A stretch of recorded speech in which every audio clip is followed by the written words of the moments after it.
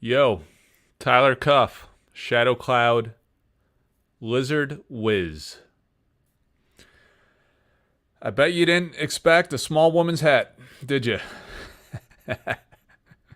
I bet no one expected a small woman's hat. But it's late. It's an unsustainable pace, they said. Probably going to break down. Probably going to break down emotionally. Crack. Quit. Give up. Lie, cheat, and steal. Like they do on Planet America. My hair's a mess. Oh, you know what? Damn it! I was gonna manicure. You know what? I don't think I set up the camera either. Hang on a second.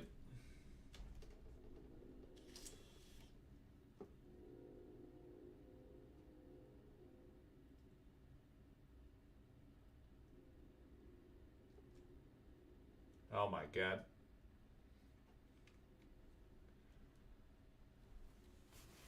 No one expected on time in a small woman's hat. I already shed the hat. 9 people missed it. We went from 11 to 20 as soon as that hat came off. All right, guys. So I was doing some bookkeeping here, and when we did the live stream, we're not going to be needing that. What we will need is a website, probably. And then we'll do some overhead cam, but we got to remember what the topics are. All right. I need the shades to protect my eyes, my sensitive eyes from the light. All right. So we're on the community page, and let's see where we're at here. Did we hit 3,900 milestone today? 3,903. Hell of an accomplishment. $3 million. We got the $3 million Pristine 10 Black Lotus from a game called Magic the Gathering Limited Edition. It's the limited edition alpha, and it's a rare card. Pristine 10. So, Zhang asks, what interesting to note about this, the largest transaction of a single Magic the Gathering card, he believes. So far, what are some of the biggest closed transactions in Sorcery? So you know what? I wonder if the filter functions... Let me see what kind of search we can do. Let's try Philosopher's Stone. We know that was up there. So Philosopher's Stone, posted by you. So the Gem Mint 10, did I sell that? Let me see. Here we go, 16.5. Oh, that's a video. It's the shark video. That was a good one. 16.5, that was the sample card. Here we go. What is this? All right, we had it's always the Philo Stone. It's actually, it's probably Brahm and Death Dealers in the neighborhood. I don't know. It's not coming up. What we need to do, though, is, let me see. Oh, there's Vivian. We just sold that one. And, all right. So let's go to the list of topics. This is the stuff we didn't get to in the live yesterday. So, live event agenda. Eric guessed. That happened yesterday.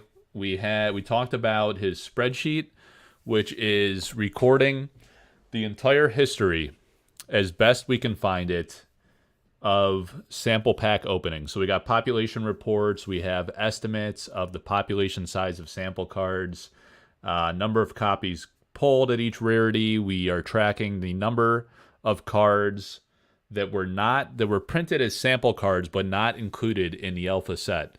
So there were 16 of those as of yesterday's recording. But today, and I can show you guys a interesting. You know what?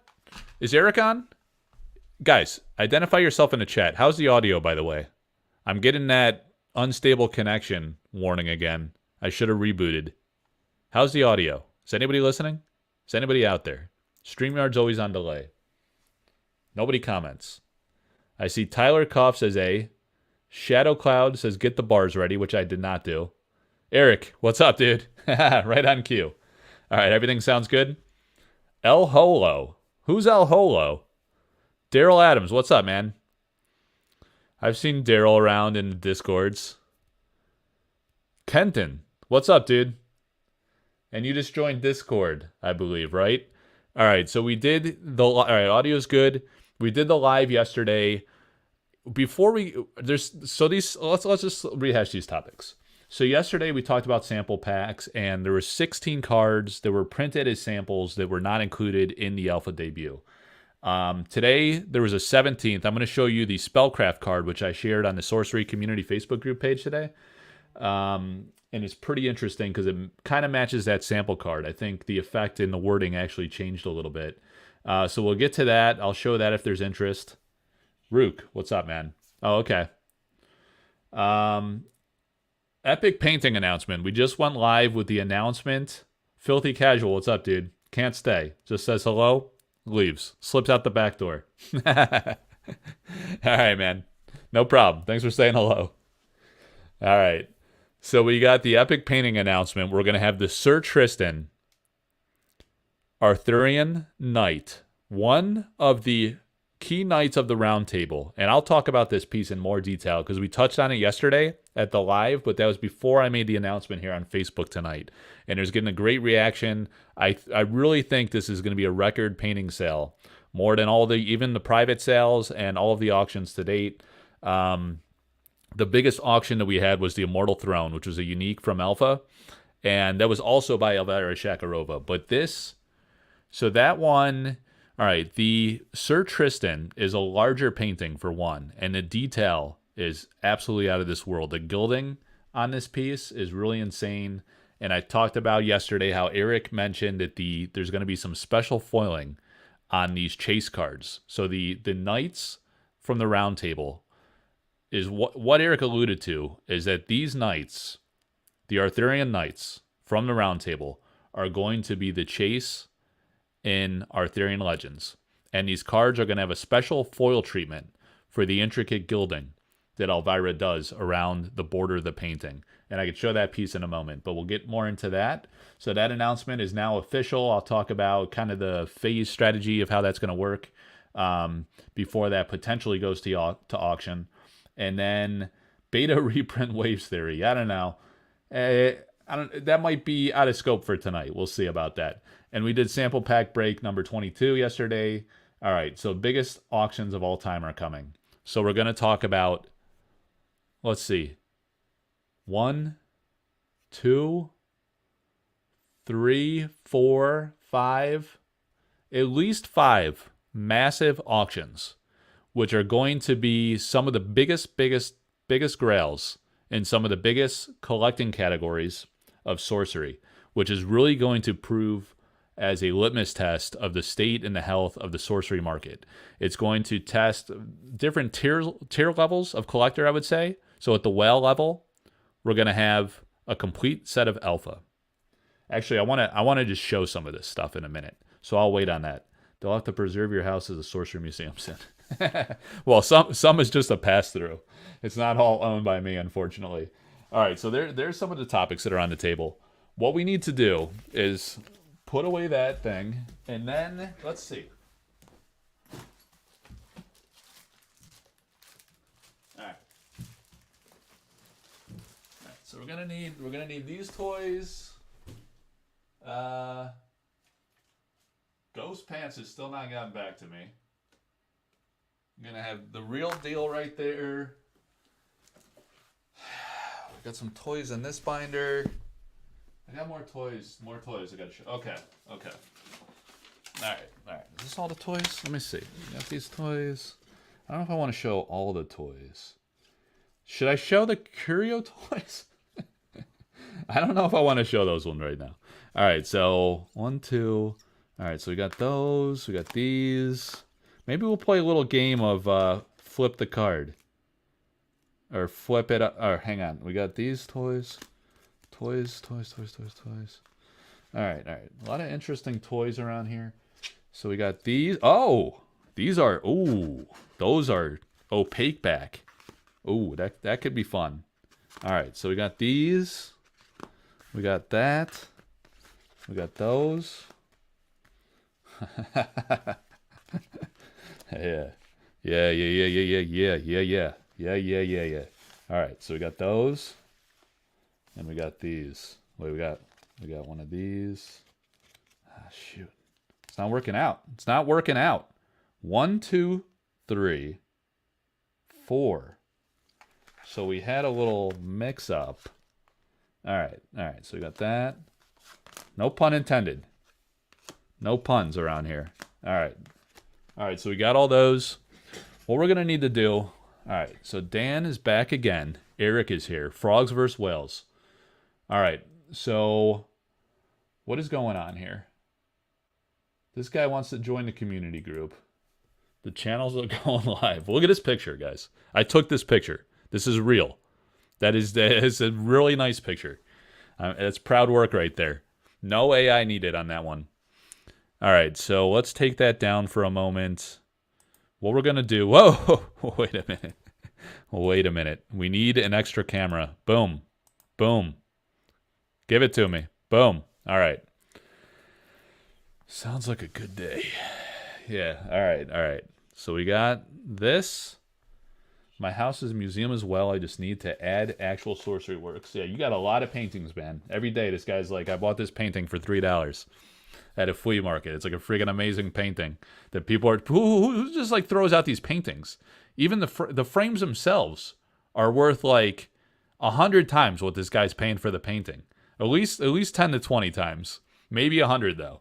And you could just release those prisoners and insert some sorcery art in there. And now we're talking. All right, so here we go, guys. Let's zoom in. Here's a few things that are going on. The very first, so we just ended the Vivian Calazan's auction. And what we have now is the Atlas Thorne. Did I show this off yesterday on the live?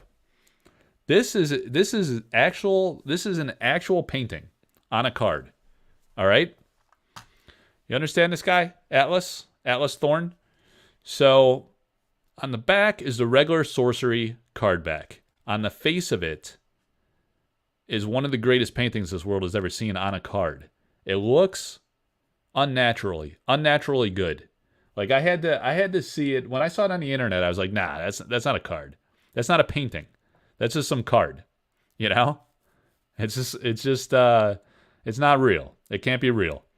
But it is real. And when you see it in person, you take it out of this. I got it in a top loader, but the detail is just absolutely incredible. You know? Look at that. Just the penny. It's so beautifully, immaculately done. You've never seen a kitty like this. It's perfect, someone said. Perfect. It's currently at $801 is the latest bid, and it closes tomorrow night at 8 p.m. Eastern. Dan is staking claim to it, but he didn't even bid on it. Did not even submit a single bid. He just talks and talks and talks. There's not a single frog in this scene. You switching to cats now, man? You switching to cats? Yeah, it's an unbelievable painting, and what I love about it is that in the background, it's got that Kythera mechanism vibe, you know? If you think back to the Kythera mechanism, it's got this beautiful light and dark blue sky. So on the borders, just like Kythera, it has a darker border, and then it kind of gets light towards the central area, and then it's got these star accents. So it's got this beautiful night, clear night sky scene in like a mountainous, rugged terrain. And you have this... This is not a stray cat. This is a domesticated cat. You could tell. You could tell by the grooming. It grooms. This cat grooms like a professional YouTuber. You know? Look at those purrs. This guy, he was sloppy tonight. You know? I should have been more prepared. I rushed it. You know? When you go impromptu, sometimes you don't think about it. But the details, the idea, just the vision, the concept is absolutely awesome. So just like the mix cards, he comes up with his own vial concept. And it's conjuring up this light element in the vial, right? And from that light, on this otherwise dark but clear evening, it illuminates the side of the cat's face, you know? And this isn't a photograph. You can't just shine a light on it and snap the picture, right? You got to use paint blending. So the paint detail. And what's really fascinating, if you guys read the interview I did with Atlas Thorne, he talks about how he only uses 4 paint colors to accomplish all of this. So he's a master at blending. You really got to know your Roy G. Biv to pull this off, you know? You know the Roy G. Biv? It's the color spectrum. And when you blend certain colors, you come up with a beautiful, broad spectrum of color diversity and accomplish something like this. This actually, it's almost like an illusion. It actually doesn't use a ton of different color tones. You know, you could tell that there's a few core blends, and he makes like the contrast so great and so smooth. You know, it looks very natural. There's no like, it's just like absolutely perfect. There's no mistake. There's no inexact stroke of the brush anywhere. It just looks so like pristine. It reminds me of Alan Pollock's work, you know? When Alan Pollock does an artist proof, it's really, really top notch. And you guys come into the event in Baltimore in June are going to see that.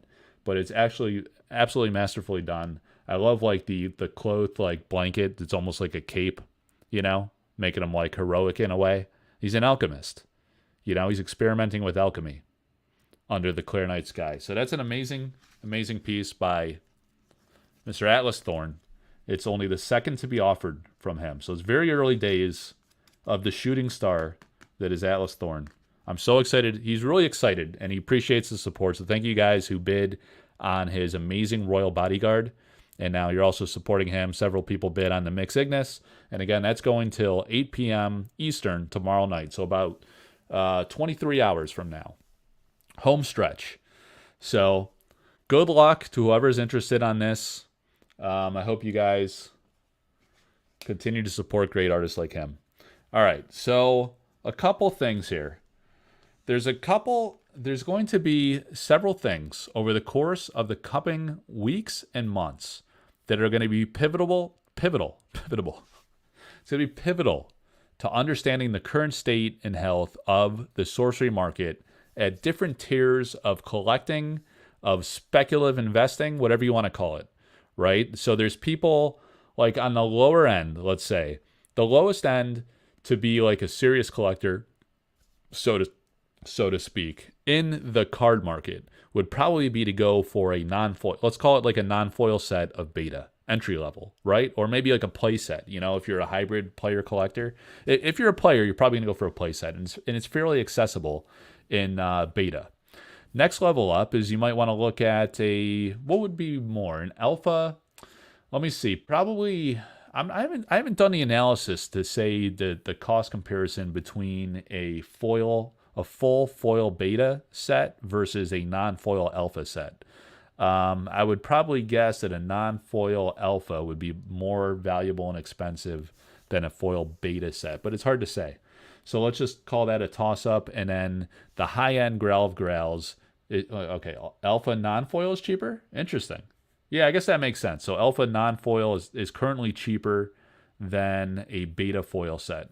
Yeah, it's much cheaper. Okay. Yeah, so it makes sense because even in beta, to collect a full set, all 402 cards of foils is very, very rare because we believe there's some short-printed cards. Even in beta, I mean, like our short print theory that we talked about at length, was it yesterday? Or is that the Wednesday night live stream? I don't know. It all runs together. But I think it was Wednesday night. That was a fun one. We talked about some of the reasons. We cracked a few jokes. It was a good time. But it seems that there could be some cards short printed in beta. I don't want to get into that. It's beyond the scope. But when you look at alpha, let's talk about alpha. All of these toys right here, they're all alpha toys, but they're the best ones, okay? Some of the best ones. So when you look at the alpha set, you have, putting aside pre-alpha with the sample cards, those are the rarest of the rare. The rarest cards ever printed are the pre-alpha sample cards. And we know that with pretty much certainty. We don't have perfect data into card population. I mean, Eric's tracking that in the spreadsheet. Went into great detail on that yesterday. So we could, given on just the polls from like a pretty sizable sample size, I mean, at least like 25% of the Kickstarter packs have been uncovered and tracked. And because he in his spreadsheet he showed about 20 to 25% of the population of packs, which we can infer data from, because we don't expect there's probably like a whole lot of booster boxes out in the wild. We saw Rudy tease one. We assume like a few of the employees probably have a few boxes, but out there in the public, I mean, one was given to Team Covenant and it was open, so that's accounted for. One was given to Rudy. Those are their top two partners, right? They're two official partners, I would say.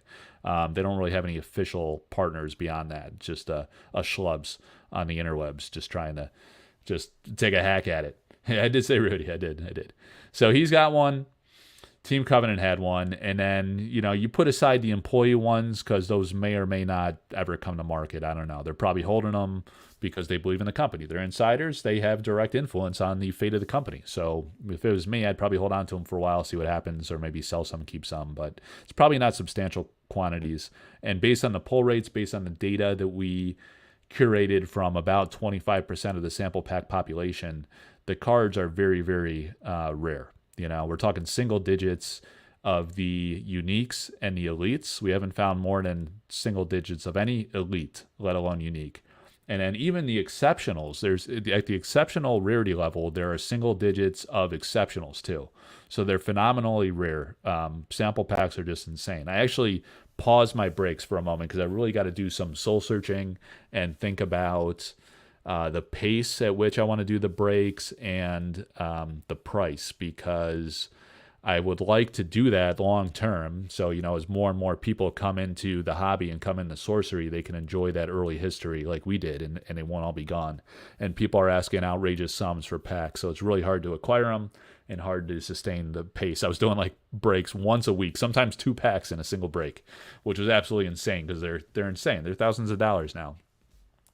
All right, so we got the sample packs. When you get to alpha, we got the curios, and in my opinion, I think I have reason to believe that there are probably 100 copies of each alpha curio card. However, it doesn't end there. What I think, and you have Sophie from Cardboard Guide that's curating the data. She's tracking population polls. And I think like we've seen maybe 20 to 30, 35-ish copies on the high end of some of these alpha curios. And I don't think it's something on that order of magnitude. So if you project that, not everybody's on social media. So say like double have pulled them and just haven't shared it. At least double. So we're talking like 50-ish at this point, right? And so let's say there's 50. And then you have all the sealed product, all the ones yet to be discovered, on top of the discovered and shown on social media, the discovered and not shown, because these people are not on social media, but they might have opened the boxes in the privacy of their own home. And then you have all of the shelfers, like Dave Sheedy says on Facebook. The shelfers never open their shit. They keep it sealed, and then they sell it sealed, or they just like put it in the closet or forget about it or lose it, or, I don't know. They have a flooding incident and it's gone. So my theory is roughly 100-ish of each of the alpha curios. But as I say, I think just like the short printing theory for the Devil's Egg and the Backstab in the alpha set, I strongly believe that there are some curios that Eric likely short printed relative to others. I would hazard to guess, based on the pops of what we've seen, again, at limited size, but within that, there have been less Brahms, there have been less Death Dealers, and interestingly enough, I put Eric's Curiosa sketch card in that tier, but there have been more revealed of those than there have been of the Brahm and a Death Dealer. So if you extend the theory that there were 2 cards short printed, Backstab and Devil's Egg, to a theory that there were 2 curios short printed, I would guess Brahm, the Death Speaker, and the Frank Frazetta Death Dealer, alternate art curio. And then if you assume all the Eric's Curiosas, I don't know. There could be a less short printed tier of Eric's Curiosa, but the thing is with that one, it's so recognizable that it tends not to be missed. I mean, I'm not sure that there are a lot of people missing the Braum or the Death Dealer Curios because, I mean, those are just massive cards. Anyone into sorcery at all just knows about those. Although new people getting in, I mean, they might just be going to like an internet set list and not finding the Curios because they're not published. So, you know, there's still some sitting in piles. I mean, I know a guy that he bought bulk, alpha bulk, and he found in that bulk the Eric's Curiosa sketch card. I'm not shitting you. There's no joke because I bought these from the guy. He knew the valuation, so I had to pay an arm and a leg to acquire them. Actually, I made a trade. I traded I traded these old sealed flesh and blood toys to this guy. I was like, you like these toys? You believe in these toys? I like your toys better than my toys, big guy. So I gave him some of these, what was it? Like Arcane Rising first edition, one of those. It was like a Lego set, basically. That and what was the other one? Maybe I gave him two of those. I don't know, man. For Eric's Curiosa sketch card. And then somehow we worked out some deal for the Murder of Crows, I think it was. Was it Murder of Crows? Nah. Was it Murder of Crows? Maybe I only got the Eric's Curiosa sketch card from him. But he got from this bulk lot the Eric's Curiosa sketch card and the Murder of Crows. I think I might auction the Murder of Crows. That might have been a consignment deal. Yeah, I think it was a consignment deal. I auctioned that for him. So let me catch up on chat, and then I'll finish my line of thought. How about curios locked in shelves? Wouldn't be surprised if there are one of one curios no one has seen. Actually, I think there is merit to that. I think there is potentially some extremely nuanced curios that might have a very subtle thing or nuanced thing that people have not noticed yet. You know, coincidentally, we've discovered 18 alpha curios and 18 beta curios. So there's some symmetry in that. But if he made them, I mean, Eric is the troll of trolls. He's got 3 trolls in alpha, right? He likes to toy with us. You know, backstab, devil's egg, troll, devil, backstabber. So what would a troll, devil, backstabber do? He would make you think there's 18 in alpha and beta, while he's laughing his ass off at the top of the ivory tower, just tossing off babies. Just tossing babies off at the top of the tower. Just tossing them off. You know? Laughing. Giggling like a little boy. You know? It's funniest shit ever. 18. Look, they're all saying 18. Simon, they said 18. Hey, Simon. He keeps saying 18. 18. And then he's got these very subtle, nuanced, very hard to detect additional curios. Let's call it 2 more. Be like, whoa, we're going to end on like 18? What was it? I mean, the game was probably supposed to release in 2018. There was massive delays, but let's say it's 20. When did the game release? 2022? Maybe there's 22. And by design, he wants us to always question and guess. Always scrutinize. Always go back to alpha. Always look at every minute detail on every card. And you better have a lot of cards. So if you want to buy bulk and look under your little magnifying glass, for years. It could take years, you know? Could go undetected. I think that is a possibility, actually. Tossing babies. No way there's 100 each. 29,000 boxes divided by 18 curios divided by 100 each would be 1 per 16 boxes. It's got to be closer to 1 out of 30 boxes. You say 50 each? I don't know, man. 50 is low. 50 makes no sense to me. How can you have certain copies reported on the social medias? You know how many people are not even on Facebook or Discord? There's a lot of people. A lot of people I see on Discord are not on Facebook. A lot of people I see on Facebook are not on Discord. A lot of people I see in the real world doing real adult things are not on either of those because they're just living the real life, you know? And they're just playing games. They don't have time to be on social media. They got games to play. They got things to collect. They got money to make. They got jobs, you know? So I think there's 100, you know? And I think, like, it's more extreme. 1 in 30, too easy for Eric. It's the king. It's the king collector. He likes very rare, very valuable things. So don't underestimate the curios. All right. Can't wait for Spring Social. I wonder if there'll be any on sale. What do you mean? Any of what? Cardboard Splendor. What a name. What is this icon here? T? And a tilted T? Tilted faded T? What's going on to these T's? I don't understand the T's. It looks cool. Is it like a tilted T? Oh, man. I gotta get one of those gamer chairs or something. So I wonder if there'll be any on sale. Are you talking about curios? I'm going to be bringing all types of stuff, guys. All types of stuff. I'm probably not going to sell like individual cards. I will bring a lot of art-related things. I will bring artist proofs. I will bring prints, signed prints, probably embellished prints. I'll have acrylic cases. But let me tell you about... I forgot about that announcement. This is the Summer of Champions. It's a summer of absolute grails. Summer of great happenings. It doesn't matter. Arthurian Legends, October, no big deal. No big deal. There's going to be so much action and excitement. So many new things coming, artistic projects, all types of fun stuff. So the acrylic cases, actually, you know what? We're almost in May, so we should be taking delivery of the acrylic cases pretty soon.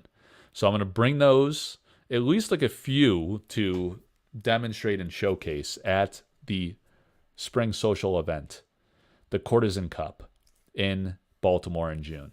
So you'll see those.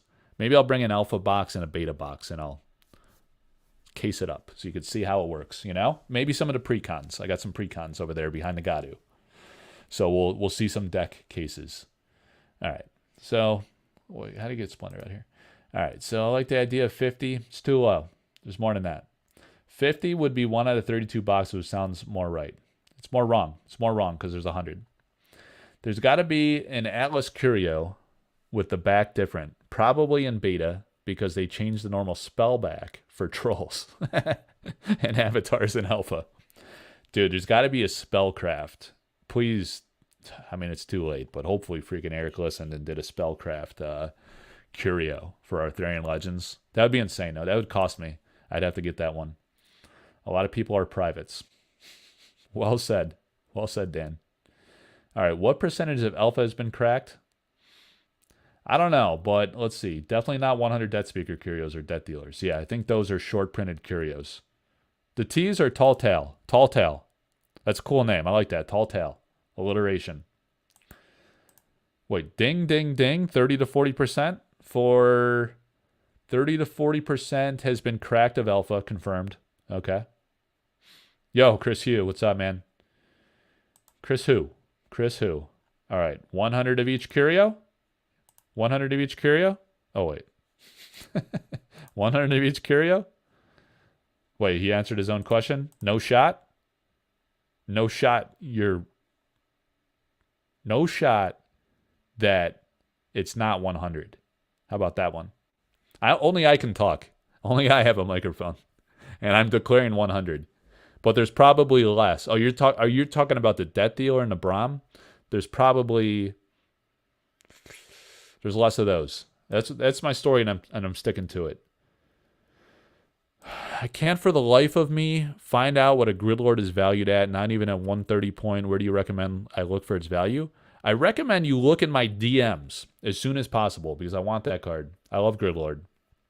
But yeah, there's very few sales. I acquired one very early, fairly inexpensively. But yeah, it's a card you don't see pop up a lot for some reason. I don't know. There's not many public sales whatsoever. But yeah, you can find out about it in my DMs. That's the place to go. Maybe I'll give you an uncut sheet for one. I don't know. Getting like some good offers on uncut sheets. Not the foil ones. It would be a non-foil. But I did trade. I gave a guy a good deal in my opinion. I gave him the dual lands non-foil uncut sheet for the Sidewinder, Mikhail Nagy-Paul Sidewind, Windblast Curio. Sidewind is a sample card. All right. Yeah, I remember you telling me that when I pulled it. Yeah. You could find the price in my DMs. It's still waiting for you there, only. It's still waiting. I've been waiting all this time. Do you have all the alpha curios? Which ones are you missing? Nah, I got a pretty good amount of them. Let's take a look at the list real quick. Keep going on these wild tangents. So let's go, let's do one of these. And let's get rid of this guy. Let's do one of those. All right. So if we go to, I'm gonna get the keyboard. We need to talk about a few big deal Summer of Sam type things that are pretty massive news, pretty massive happenings in the world of sorcery and Collector Arthouse. All right, so if we go to Curio Gallery Alpha, all right, so 9-piece, got it. Grim Tangle, got it. Eric's Curiosa sketch toy, got it. Gridlord, got it. But I want another one only. Earmuffs. Murder of Crows, got it. Mirror Realm, goofy ass Curio, not interested. Death Dealer, don't got it. Devil's Egg, don't got it. Self Same, don't got it. Bloom of Frogs, I got it. Ian Miller, Inversion Toys, wasn't my thing. I didn't chase it. Ooh, River Styx, I would like to have it, but I don't have it. Brahm, I don't have it. Belfry, I do have. Windblast, I have. Bridge Trolls, get the hell out of here with this. Cave Trolls, Boss Trolls, get that shit out of here. All right, so I don't have those, but I have 1, 2. Oh, man, look at all these I'm missing. 3, 4, 5, 6, 7, 8. 8 out of 18, man. That's pretty shitty. I thought I was doing better than that. I thought I had 9. I don't know. Thought I had 9. How many? 1, 2, 3, 4, 5, 6, 7, 8. Oof. I only have 8. It's gonna be tough to display. I need that one only. You never got your Death Dealer Curio? Alright. So let me see. I'm gonna remove that. I'm gonna add this to the stage. I'm gonna do one of these, one of those, and then one of these. Alright. Back to the matter at hand. So there's going to be multiple ways to test the state of the market. I just revealed the original painting for Sir Tristan. It is arguably one of the biggest paintings ever done to date in sorcery. Certainly revealed. Because I think it's going to be, Eric is a madman collector. He has a great vision for how to create chase, value, and collectability. We've seen that because I think he's short printed by design to make alpha sets harder to get. He put in curios. I think there's probably some curios with lower pop, short printed relative to other curios because he's trolling us. And he knows how to create value, right? The dust code system, that's a data mechanism, but it also creates value. I talked to a guy, let's say, listen to this. If you're a single seller, you open 1,000 boxes of alpha or beta, you're selling dust codes for like $10 a pop. That's $10,000 you're getting back just for opening the boxes and selling the code on it. So you're getting $10,000 back. That is a great hedge. It is a great incentive to be a single seller and a mass breaker. If the EV is pretty solid and you're a single seller, you're selling you're opening 1,000 to 2,000 boxes, you're banking 10 to 20 grand just for opening those boxes. So it discounts that, right? And then when are you going to auction the Curio print sheet? Oh, I don't have a Curio print sheet, man. I'd die for one, but I don't think they gave any of those out to the public. I'm sure Eric has one. Must be absolutely insane. But yeah, so he knows how to create chase and collectability. So I think the Knights and Arthurian Legends are going to be absolutely out of this world. Between the chase element, he already called it a chase, like last year when Elvira and I did the reveal. And then he said there's going to be this special foiling technique, which is going to make the foiling on the card feel like a gilded painting.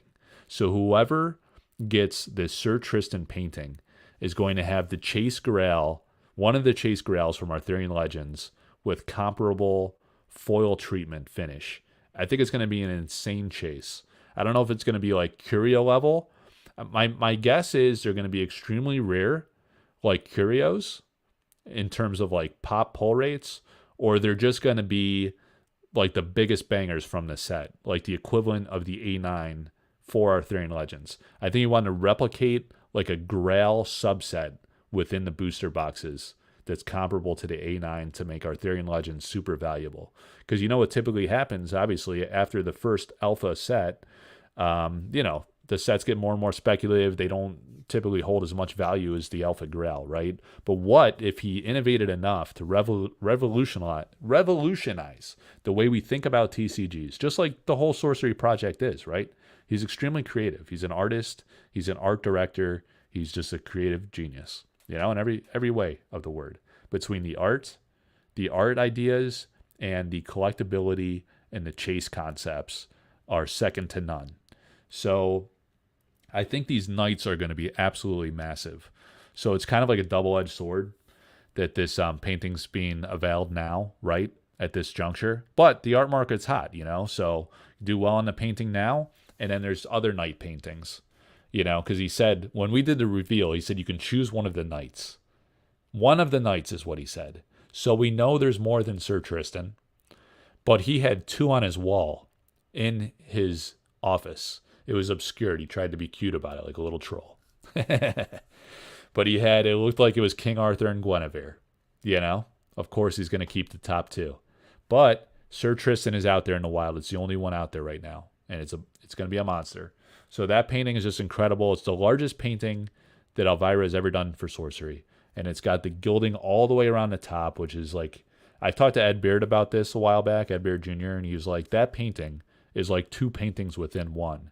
Between the gilding all around the outer rim, the outer border, plus all of the characters in the scene. There's like somewhere 5, 6, or 7 different human figures in there. So each one requires meticulous attention to detail to paint the characters, to paint their clothing, their weaponry that they're carrying. Sir Tristan has this awesome, epic, big sword that he has sheathed next to him. He's got the dragon head down by his feet. And just the gilding has all this wild detail, and there's even like little paintings within the gilding. It's absolutely insane. So that is a masterpiece.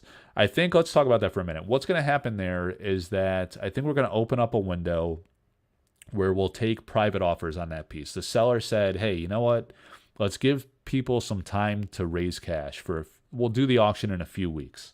So I think what we said is like the week of, we will tentatively plan the auction for the week of May 13th. And then we'll run it. It'll be a longer auction like some of these big Grail paintings have tended to be.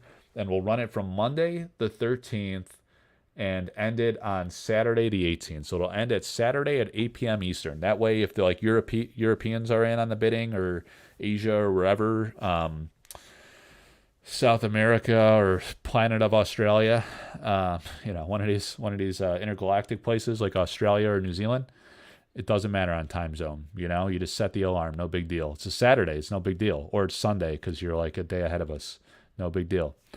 So everyone gets a chance. But what we're gonna do, that'll be the weekend of the 13th. I think starting, this week we'll let it marinate, the news, just the rest of this week, and then we're gonna open up a window for people to submit private offers. If he gets like some offer that he can't refuse, maybe starting tomorrow. I got to talk to the guy, see if he wants to start this tomorrow or start this next week. But we'll entertain private offers on the painting. And then we're dabbling with the idea, should we have a buy it now, like a bin buyout on the auction? I did that a couple times, man, and like the painting was gone in minutes. So that tells me something. That tells me if someone really wants a piece and it's coming to auction, people aren't going to leave it to chance. If the bin is attractive and worth it to them and they love that piece, they're going to grab it. It's happened twice, or 2 times, or 3 times. I did the Doomsday Device. I remember that sold like instantly. It was almost comically fast. And then same with the Curio Far East Assassin by Severin, gone in an instant. 2-3 minutes in, people are like, wow, I didn't even see the listing, and it's gone. So if we do a bin, it's going to be very substantial, probably like double the reserve or higher even. Um, so that's the bin, and the auction strategy to a buy it now for the buyer is if you want to secure the sale and it's a real high end item, 101, a grail, then you don't screw around, you just grab it if you have the financial means. Or if you want to play the chicken and egg, play a game of chicken with the other competing bidders, then you just bid and hope it closes lower than the bin, and you get a what you feel is a deal relative to the potential of just buying it outright at the bin. So that is the deal with the painting. If you get an offer you can't refuse in the early open window for private offers, then maybe it won't go to auction. But if it survives that early phase, then it goes to auction, and then we'll see where the public market values it. And we don't know how many of these nights there are. I think there's 10 nights historically in Arthur's Roundtable. Sophie mentioned that in one of her videos, and because there's a lot of characters, in the Knights at a Round Table, there's like 10ish, right? And then there's King Arthur himself, which Eric owns. So how many beyond the King Arthur? And you can't count Guinevere, I guess. There could be male and female characters too. I don't know which ones are getting this like special gilding treatment, but it would stand to reason if there's a Sir Tristan, if there's a King Arthur that looks like it had similar comparable gilding, there will be other knights, but probably less than a dozen, let's say, right? And Eric owns one. It looks like King Arthur, so maybe there's like 8 to 10 that will ever come to market at best. So that's a big deal.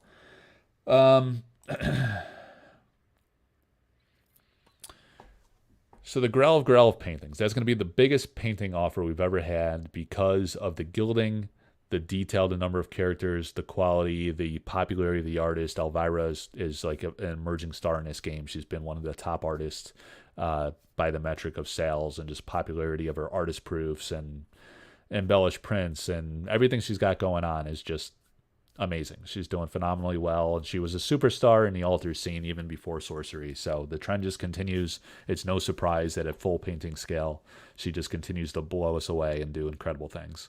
So that's a big deal painting, the biggest offer to date in several ways. All right, so we got that. So if you then pivot, let me catch up on questions, and we'll talk about other grails that are going to be coming up. Does anyone know who the artist will be at the Spring Social? Yes. Did anybody answer this yet? I should have had a water bottle. I'm so thirsty. We got Truett Parrish. We got Matthias Frisk, who's making an appearance, but he won't have a booth. I'll have a booth. I'm going to help Matthias display some of his stuff. Like he'll have some prints, signed prints, maybe some other things. I don't want to spoil what his plans are, but I've been talking with him. There's going to be Matthias Frisk, Truett Parrish, Alan Pollock, Tony Sudlow, Jeff Menges, Drew Tucker. 6 megastar celebrities of sorcery at the Courtesan Cup. This guy's going to have a table. There's going to be the altarist, Center Point. You guys know Center Point, Steve? There's going to be MTG Manipulated, I think it's called, or MTG Manipulated. She's an altarist too, and she should probably consider changing that name, is what I was thinking as I was saying that, because it's not just MTG. I think she's doing sorcery altars now soon.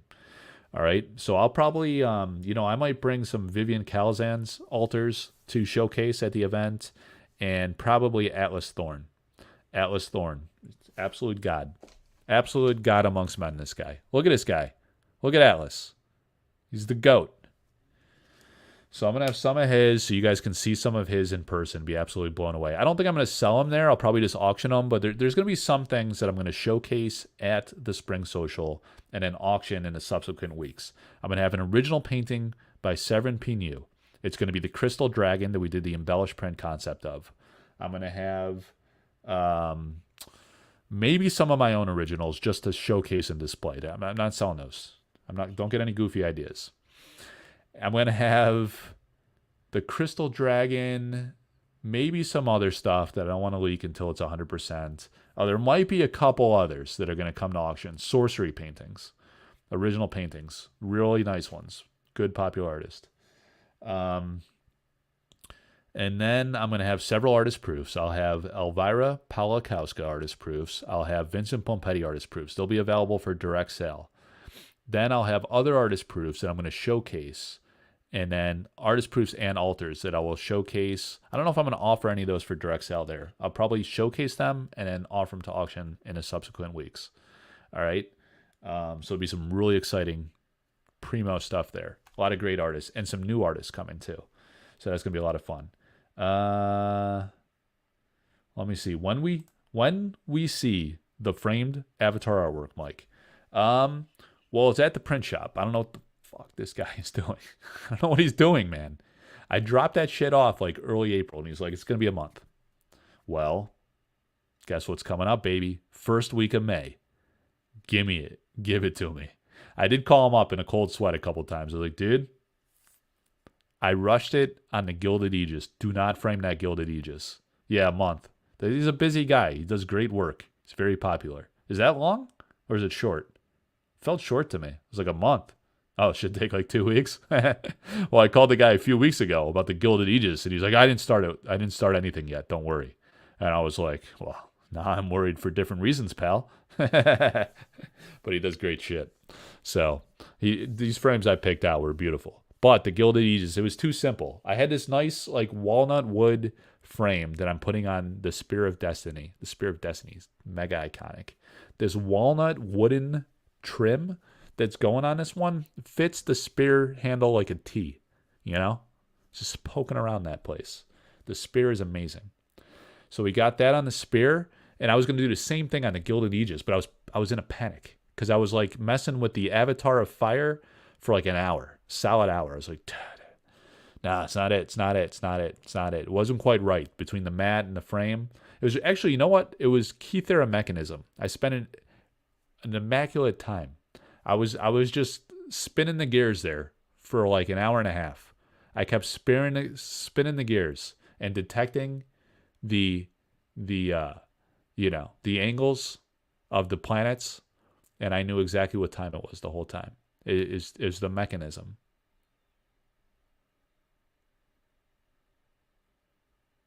Anti-Keythera. The gears. It was magical. But I spent an inordinate amount of time on that. And then I did the Avatar of Fire. And that came together pretty quickly, actually. I had a few choices. One wasn't quite vibing, and then I got another one. And then once I get into a groove, Timbo, shit gets wild. So I got that one. And then I was like, dude, that walnut frame. But then now I'm second guessing everything because I like a nice little matting, you know. But the thing is, there's only look at the freaking Gadu like takes up like 90% of the wall. So I really got to do some soul searching on what the centerpiece is going to be back here. Do I go Keythera Mechanism and Avatar of Fire, or do I make the Gadu the centerpiece and then I put some other like little paintings around it? I don't know. I got to think through that. All right, good framing is worth it. Personal recs and knowing the framer is key. Whether it takes 2 weeks or 6 months, it can make or break the art. That's absolutely true. That's why I was very nervous about the Gilded Aegis. I called him up. I was like, don't do it. Don't do it. And then I was playing with the idea of selling one of my paintings, believe it or not, because I'm trying to chase these one or two other paintings. So one of the ones I was considering letting go, maybe, it was the Highland Falconer. Because why is that? Because I love Andrea Modesti with everything in my soul. But I have the Spear of Destiny and I have Candlemass Monks. And those are my two grails from Andrea Modesti. I also have Humble Village. And I really want to hold on and keep one of the basic Atlas sites. I think that's really special. And it's really great, scenic, beautiful Humble Village. It's an amazing painting. The Highland Falconer is very interesting because it's a mega meta-relevant card. It's an elite, so it's a high rarity. It's an alpha. It's a highly meta-relevant card because it summons beasts. And it's fucking amazing looking. I bought the Spear of Destiny and the other ones I bought direct from Andrea. The Spear of Destiny and the Highland Falconer I bought from a guy. And I was like, you know what, guy? I was like, we can auction these, or I could just buy them from you. I rarely just buy them. If someone wants to auction, I do a consignment service, right? And I auction it. But, you know, with the Modesties, I was like, wow, we should probably talk about this. You know, so we talked about it, and I was like, look, this is what I'll do. I'll just buy them both because the guy needed some cash. He had to sell for something personal going on. I was like, I'll tell you what, you don't have to worry about a thing. 100% secure transaction. I'll take the Falconer and I'll take the Spear of Destiny. The Spear of Destiny, I'll also take that to my grave with me. The Falconer, I think once it gets here, I'll auction that one. And you know what? Maybe it'll pay for the Spear of Destiny. Maybe it'll do really well. This was like a year ago. But then it showed up and I was like, God damn it. I was like, damn it. Look at that thing. Look at that freaking thing. It's like this with every painting. I just couldn't do it. I was like, why would I sell this? It's absurd. However, now of all the paintings I own, since I own several Modesties, and I love the Modesties, the Spear especially, the Candlemass Monks, those are my top two, and then Humble Village. But the Highland Falconer is freaking amazing, but if I had to sacrifice it to acquire one that I really, really need to have, that might be in the cards. So if you guys want to make me an offer on that, I might entertain it. Important question. Will you have the axe tool at the social? I don't know, man. I'm going to have a lot of precious goods. I don't want to be dragged out of there by a bodyguard who opens the door with my head, and I lose not only the axe tool, but all of my precious paintings and other beautiful toys. All right. Two, three centerpieces all over the place. Well, you know, you only got so much wall, so you actually got to fit them on the wall. You know, you run out of wall, you got problems. You know what I thought about doing, though? Getting this, like, gate fence thing where I'll hang the paintings on it, and I'll just, like, rotate them. You know? Like the Kythera mechanism. Keep spinning the gears. Just rotate them up, baby. Just like going to a show. You just put them up, put them somewhere else, closet, wall. In the background, I just got different paintings all the time. Maybe I'll have an easel right here. Maybe I'll have an easel right here. And I'll just easel them up. I don't know. I got all these goofy ideas. Like, I don't have to, like, you nail them to the wall and then you're stuck, right? You kind of pick a layout and then you're like wedded to it. It's like being married. It's being married. Next thing you know, you can't even stream. You can't even stream until the kids fall asleep. You know? Start nailing things to the wall, you got problems. All right, so let's talk about, we talked about the painting auction. Let's start revealing things. So we got one of these is going to be coming to auction. I don't even know what this is because it's an opaque back. It's probably pretty huge. Everything you're seeing here is enormous. Bloom of Frogs, Legendary Curse, Curio. One of the most beautiful alpha curios there is. It just looks amazing. I love the light putting grass green. Beautiful. Well manicured, well landscaped Bloom of Frogs. So aesthetically done. I wish there were some cards like this. Does the actual Bloom in Alpha look like that? I want to say no. I want to say Boomer of Frogs. Boomer Frogs. These are Boomer Frogs. Boomer of Frogs. Since it's Dan's favorite, that's absolutely... Dan and Cold War Heroes are knocking on death's door. I'm not sure that these guys are going to make it to Arthurian Legends. You know? They're both on borrowed time. They make me feel young at heart. So, there you have... Dan's going to get excited. The Bloom of Frogs. All right? So we're going to have that one. We're going to have... This is spicy.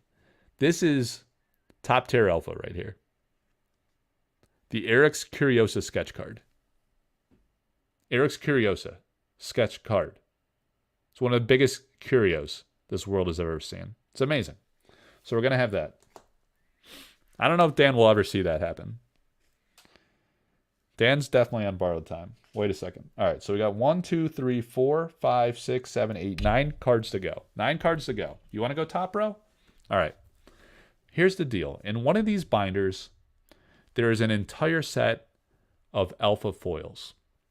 So when you think about the market dynamics of offering an entire set of alpha foils, it's an interesting proposition because, like we talked about, to get the entire set of foils is phenomenally difficult. You have, for one, the unique foils are stupid rare. There's 248 copies of each. What are you talking about? Are you just catching up? I mean, this guy's hours behind. He's talking about the baby tossing. Eric just sits up there at the top of the ivory tower, just tossing them.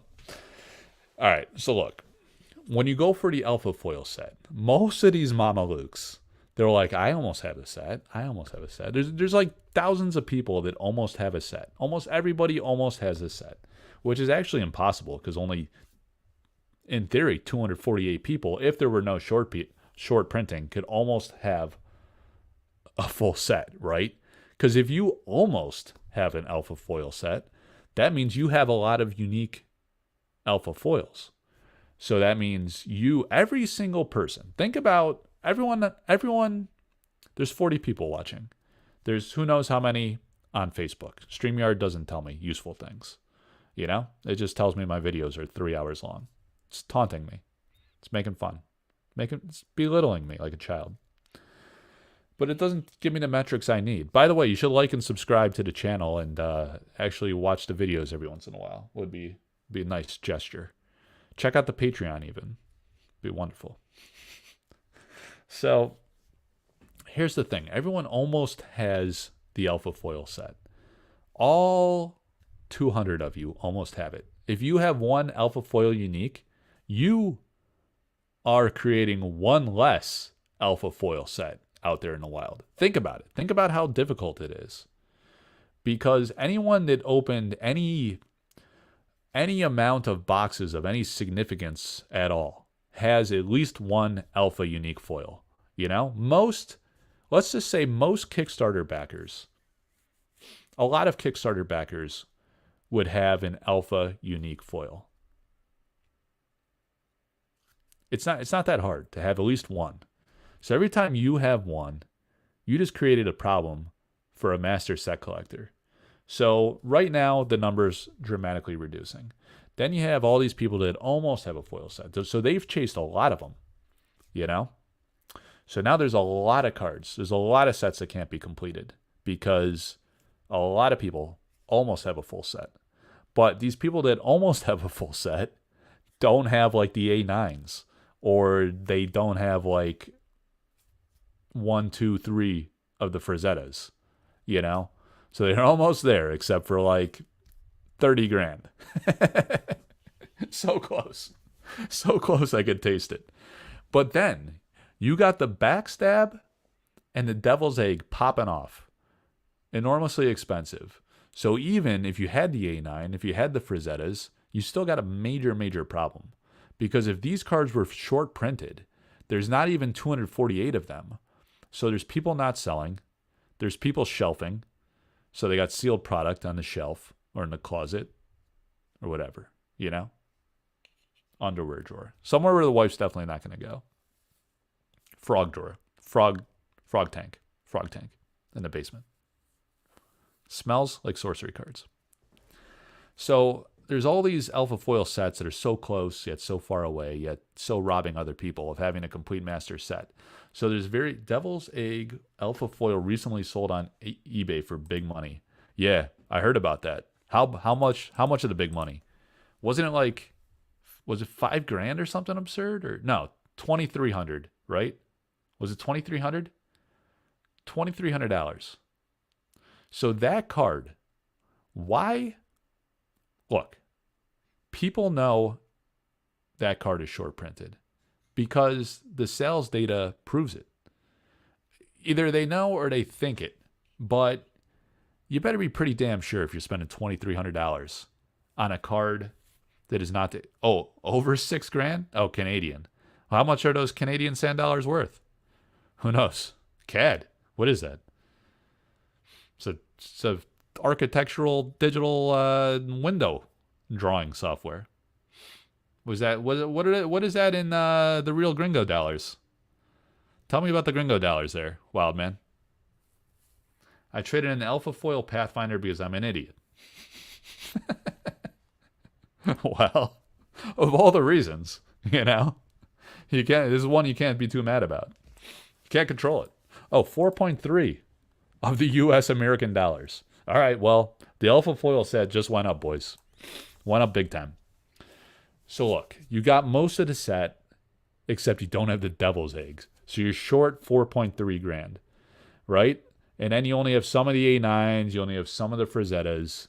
So there's very few Alpha Foil sets. So now the proposition of offering an Alpha Foil set, you have convenience. It's a slam dunk. You now are one of the very few set owners in the world. One of the very few people that will ever own a complete Alpha Foil set. So you got the bragging rights. You got the deep old whale pockets. You know, you're fist pumping behind behind your boy. You're at the Jersey Shore, basically. You and Paulie D, the only two guys that have all 403. All the other guys, you know, Mike kind of fell off a little bit, fell off the wagon. Mike's got everything except the Frazettas. Not this Mike. I'm talking about the situation. Situation is short a few Frazettas, a few A9s. Only you and Paulie D have the Alpha set, and maybe 5 other guys. Maybe 10. Some people, Coramore said there's like 15 or 20. Yo, what's up? Danny Culpepper. Danny C. So very few. Daniel Culpepper, do you have a full Alpha set? It's you, Paulie D, and Daniel Culpepper. The only 3 guys that have the Alpha set. And then there's this one too. Whoever ends up with this one's the 4th guy. So you were going for the Alpha Foil set. Why don't you tell us about it? You should probably just come on and talk to me. But I had like 4 topics, and I'm on topic 1.5. So he's nearly has it. Look. See? He nearly has it. He just needs a couple A9s, couple Frazettas, the Devil's Egg, and the Backstab, and he's good to go. No problem. 20, 30, 40 grand, he's there. So close. So everyone's so close, yet so far away. And so when you offer the full set, you got the convenience. You don't have to go running around chasing all these individual cards. You don't have to worry about the extinction, the rapid extinction. No one's even offering the Devil's. Go to TCG Player, go to eBay. There's no Devil's Eggs to be had. No one has an egg. Nobody. Backstab, nobody. People were putting bounties out in the early days. They're like, I'll pay you 5 times for your silly little backstab. People knew early on. It was just anecdotally known. Now it feels like it's big time known because people are paying 4.3 thousand for the Devil's Egg. So that's big. That's big cheddar. That's the wild part. All right, hang on a second. What's Dan say? I've got full A9, all Frazettas, only missing a few uniques. Devil's Egg.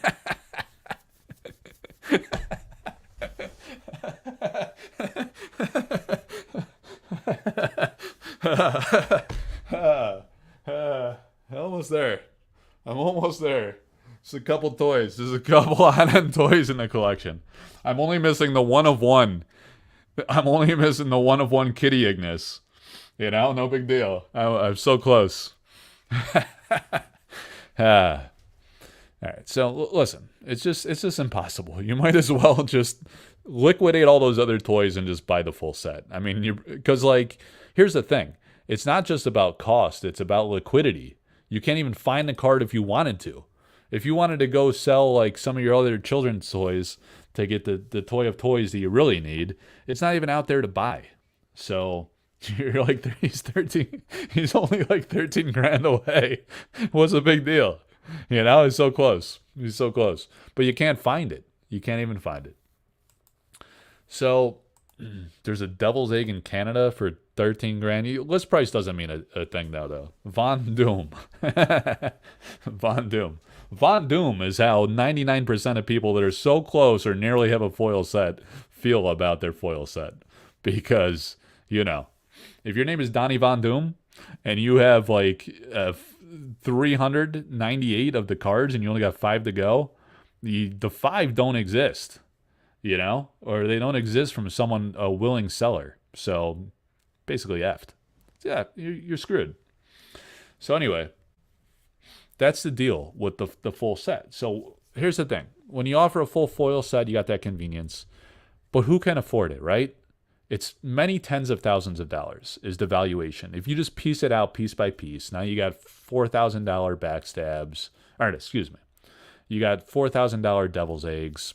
You know, backstab's probably in the same neighborhood because it's also short printed as far as we know. A lot of people believe that, and the pricing is proving that out in a way. You know, people are valuing it as such, and that's all that matters. What matters is what the market price is. That's what's going to affect accessibility. It's going to influence some people to now come to market and sell it and cash in because ship $4,000, you could go buy like a lot more toys. You know, you could go buy a lot of Arthurian toys, or a couple. You know, maybe one of these. You know, I don't know. Maybe who knows what that's worth nowadays. This is when do you see this come to market? Almost never. When do you see this come to market? Almost never. Maybe you like art.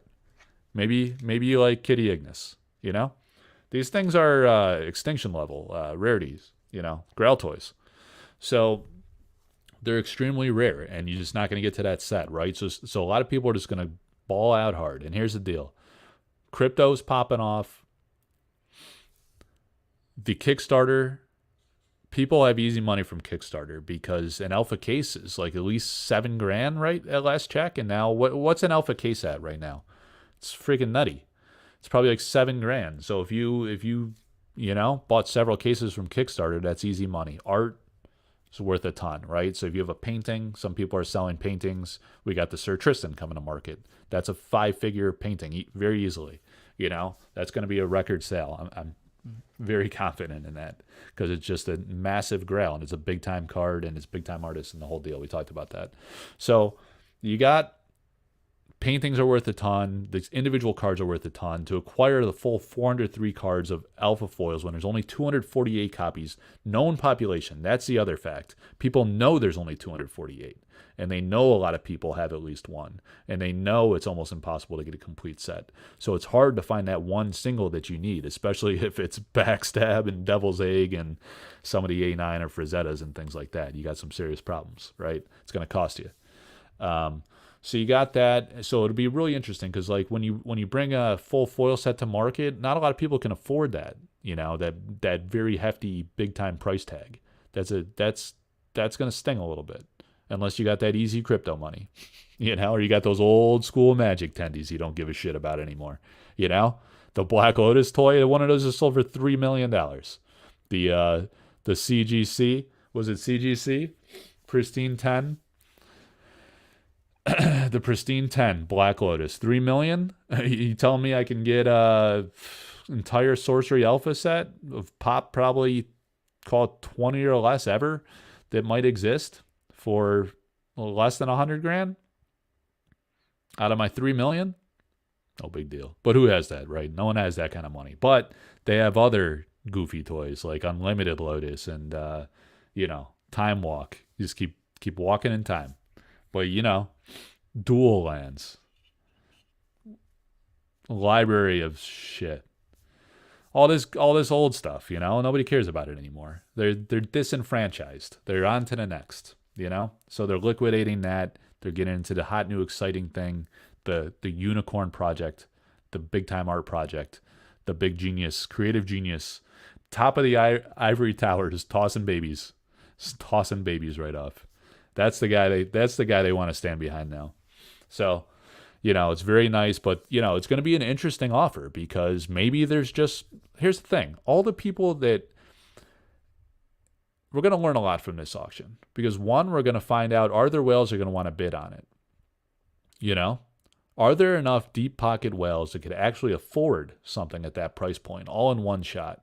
And that's why I'm affording them several weeks. If like some like above average weight whale wants to liquidate some stuff, and they're not like a top tier whale. They're like a second or third shelf whale, and they need to sell a few things to raise the cash for something like that, right?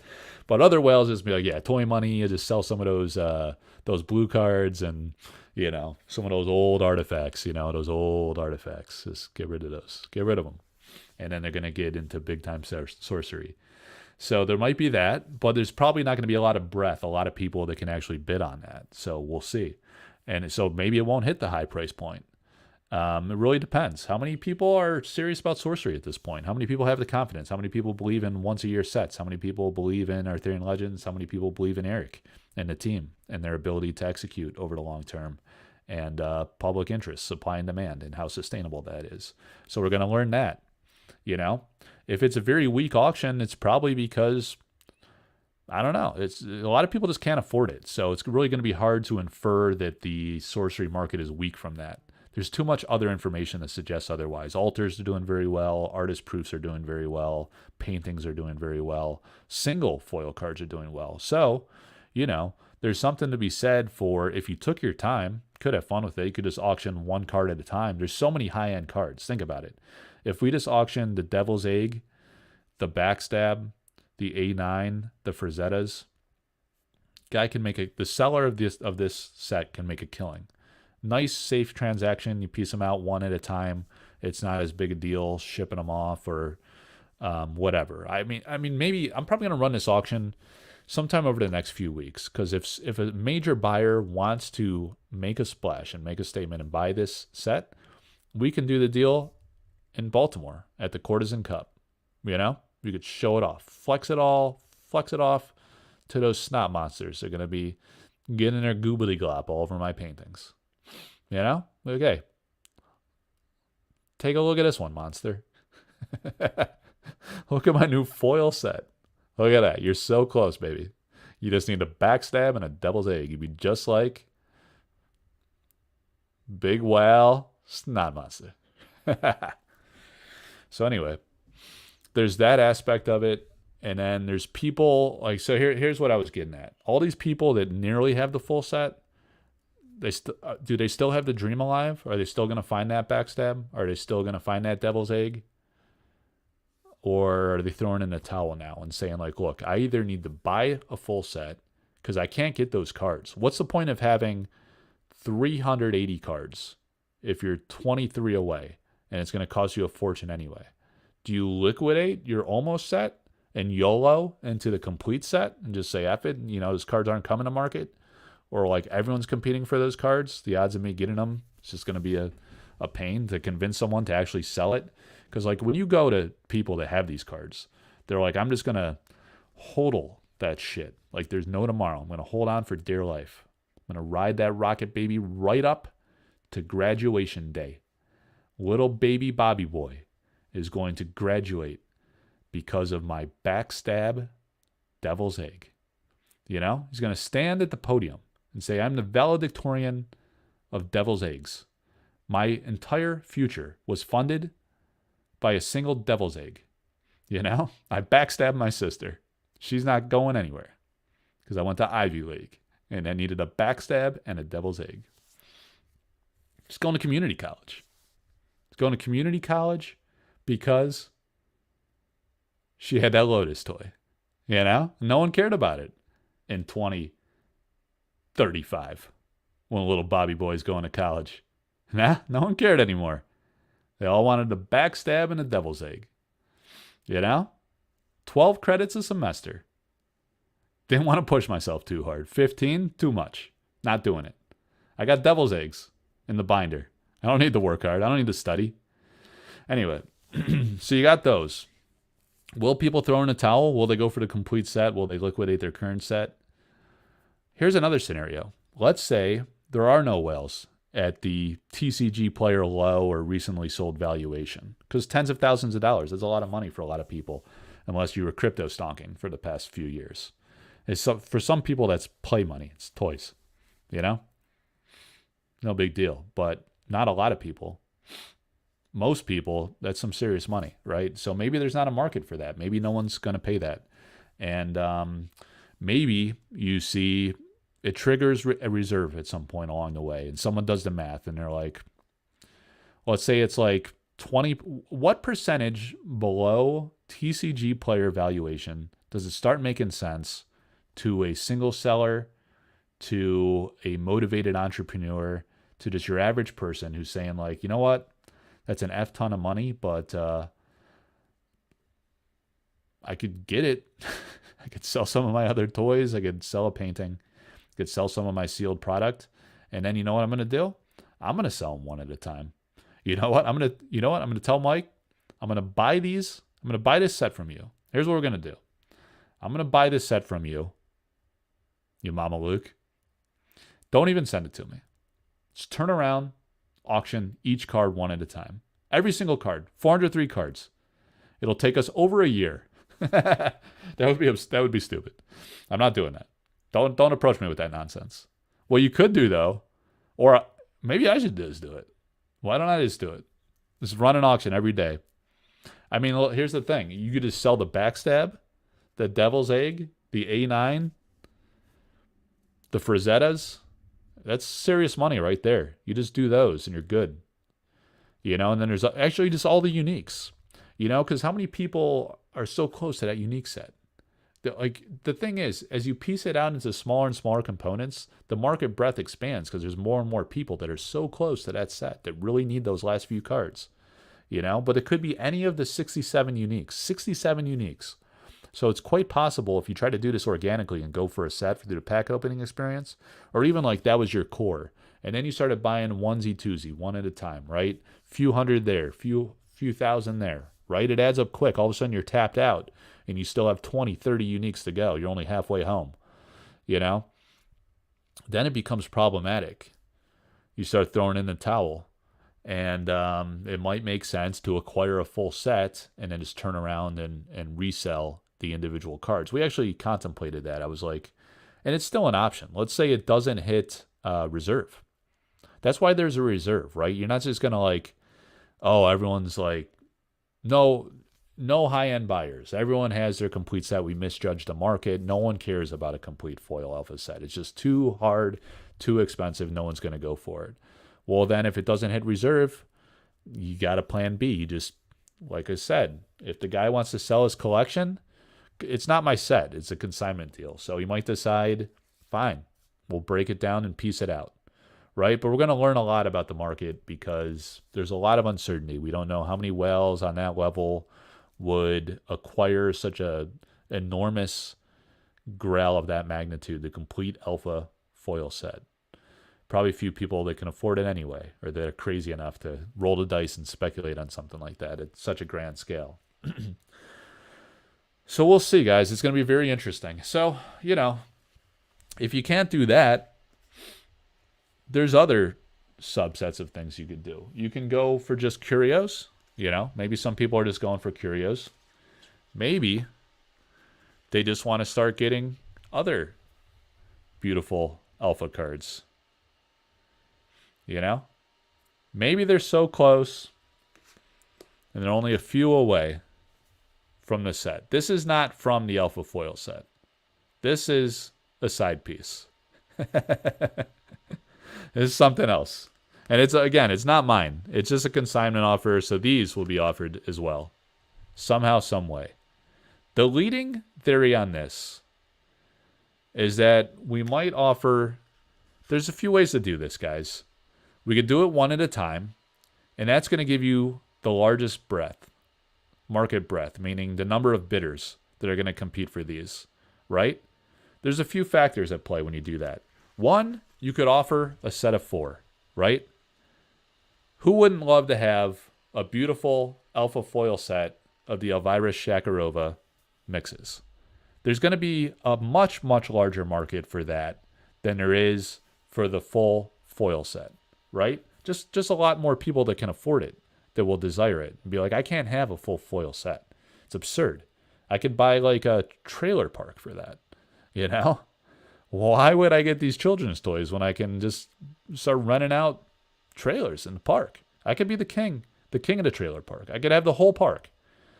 No big deal. You know? Some of them will pay their rent on time. Some of them. It's enough. Be an entrepreneur.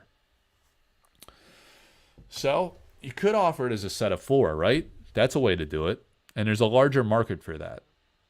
Individually is the largest market because there's more people that can afford just one, or they just need that one to fill their set. Other people, they're going to have set smaller goals, right? And they're going to be like, 4 I could afford.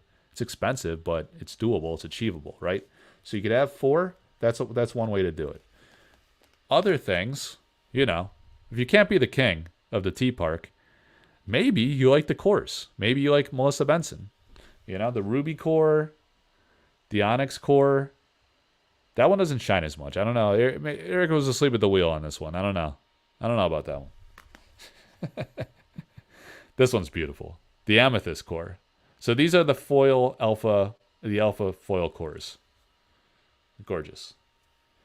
And then here's the 4th one, right? So you got the full cores. So now you just went from A9 to A5. The 4 cores are massive cards. A notch bigger, most would say, than the mixed cards, right? Who's blowing me up constantly here? This son of a bitch saying to me. What is this prick saying? Talking shit? Got out of Tesla completely today. We'll see if it was a good move or not. Dumbass. I told that guy, you take Tesla to the grave. This prick. This is stupid. I'm gonna tell him later he's a moron. Anyway. He already knows. He just needs a reminder every once in a while. So look, the 4 cores, bangers, A5. So be high demand for that.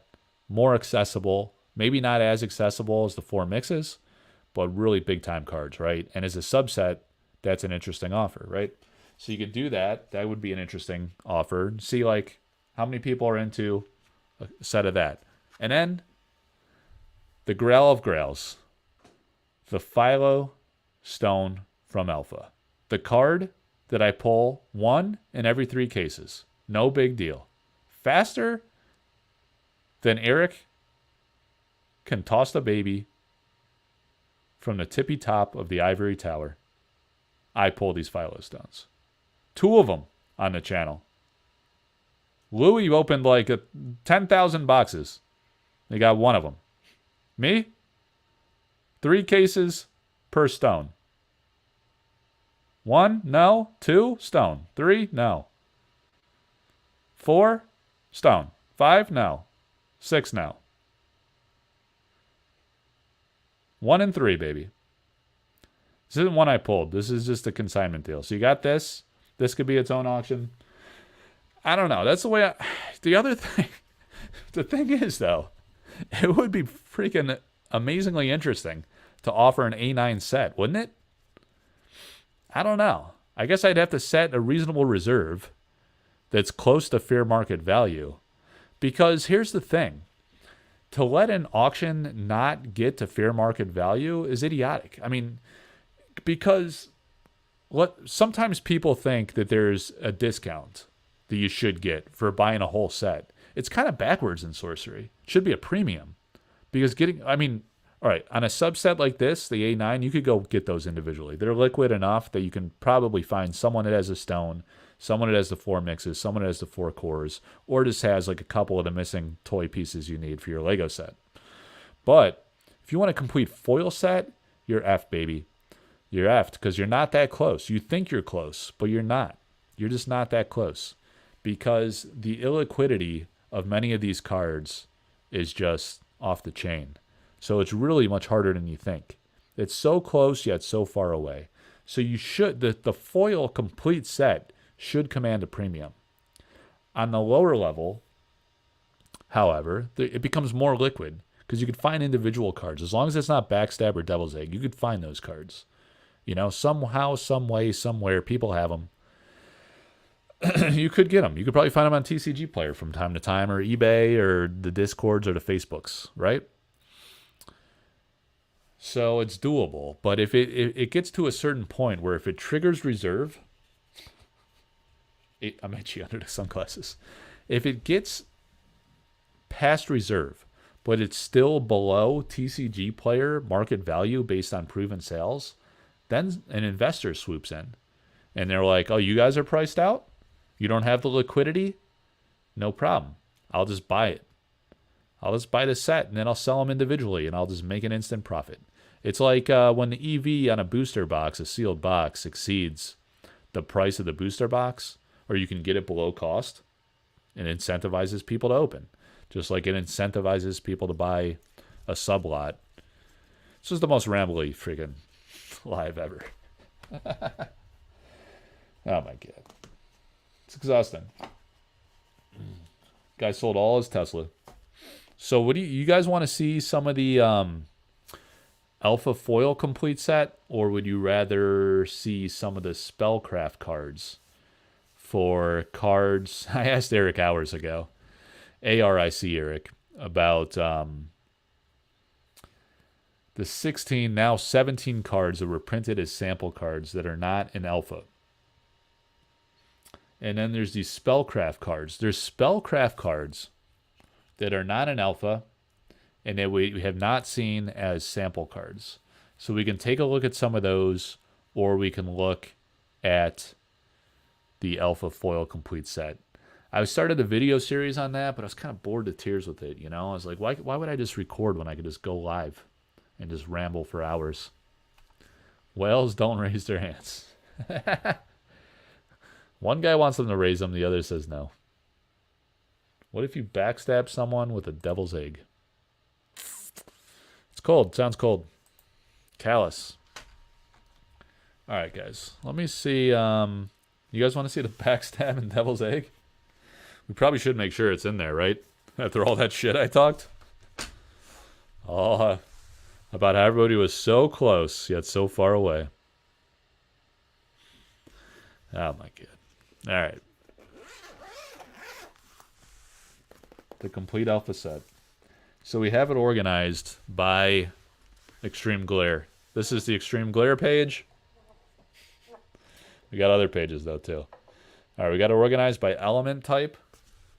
So that's the other problem. I got to get the lighting right if I do filming. It's a whole ordeal. So what are we looking for? We need to find what element... Is this happening? It's still somehow going on. I should have been sleeping hours ago. There's a lot of caffeine in this world. It's going to be just fine. All right. Let me see. I forgot the... So we're looking for backstab, which is what element type, guys? Help me out here. It's late. I'm tired. I haven't slept or ate in days. Look at this. Crusade. Who's the guy that said he was quitting the game today because of Crusade? Silly D? He doesn't like that one. He's pissed. I thought he was joking. I don't know. I guess he wasn't joking. Damn.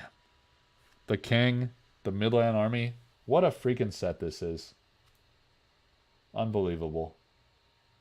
Pudgy Pudge Butcher. What a set. The Royal Bodyguard, guys. I shipped it off today. Broke my heart. Atlas Thorne. Atlas Thorne, man. What a treasure. What a treasure that guy is.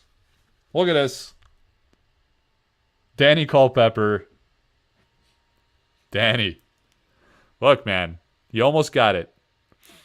You just got to reach into your computer monitor and take it from me. And then you got it, buddy. There she is. She's worth more than your dead mother's necklace. I'm talking to you, Dan. I know Ma was on the Titanic. You can't fool me. I know you got one of those Titanic necklaces, Dan. You could be the guy that owns the full Alpha Foil set. There it is, guys. I just pulled one out of the binder. Danny Culpepper just ripped it right out of the monitor. Oh, man. What a card. Look at this. I'll tell you why. You want to know why Eric trolled us? Why would he pick this card? I'll tell you why. I told you the other day. I'm going to tell you again. Exceptional magic of treachery and treason. You thought you had the complete set until treachery and treason sold you out, baby. You were so close, yet so far away. Just the way he wanted it. Because you know what is the most precious collectible? The one that's just out of reach. The one where you're so close. The one where you nearly have the set, But you're only 14 grand away, baby. You come back to Big Daddy's big pockets. Just keep paying me. Just keep buying those boxes up. I'm going to... Listen, Simon. Simon, this is what we're going to do. We're going to tell him there's 248 copies. We're going to tell him there's 18 Curios. He's going to start flicking these little babies off the top of the ivory tower. You know? Some are going to bounce off the mortar rounds, you know, from the cannons. We're just going to flick them off. We're going to put some in the cannon. We're just going to fire them off at people. Shoot them down. They're going to be storming the castle and say, give me that backstab. I was so close. It's weird. It's so weird. I just need this one exceptional. I almost have the whole set. I'm so close. Just taking out their legs with the babies. That's what we're going to do. That was his little chat with Simon. That's how we got to where we are. Could have went to bed at 8 o'clock. Decided to talk for 3 hours. All right. So we got to zoom back out. Oof. Courtesan Tice, baby. One of the greats. All right. How's it coming across? We got glare? The glare is unfortunate. You hate to see it. That's the problem when it's in the binder. God, what a freaking... The foils are insane, dude. The foils are so sick. Never wear glasses while looking at foils. It's very ill-advised. Completely defeats the point. God.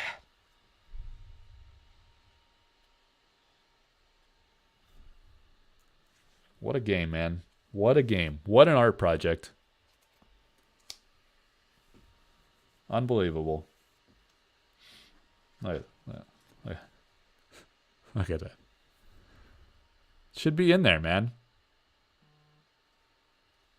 You got to sign this guy. All right. Got the trolls and everything. Where's the devil's egg, guys? What element type is the devil's egg? Did I pass it already? Can't take any of the cards for granted. When you're so close to the set, the ruler. See the ruler? Almost too much glare. Look at it shine. That's a nice foil. Left to right. Beautiful. That's hot. Gotta love that. Oh, it's an artifact? The devil's egg? Look at that. Amethyst core? You thought I was kidding you. See? Look at that. You thought it was from the same set. You got the amethyst core and the aquamarine core. There you go. Amethyst core.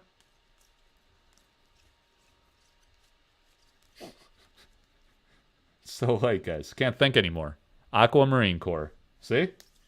All kinds of cores. Angel's egg. Taunting us. Treacherous treason. Ooh. Oof. The Eric's Curiosa, man. And the devil's egg. I almost forgot about it. Look at this fucking page of this binder. Look at this page. The Crown Victor, who Eric and Simon sent to its death at the bottom of the ocean, lost in shipping the original painting. On its way to Gen Con, torpedo. Torpedo shot with the babies. Right into the bottom of the sea. Oh my god, look at that fucking Kythera's mechanism. Look at that Kythera mechanism. Oh my god. Oh my god. Look at that Kythera. Wow.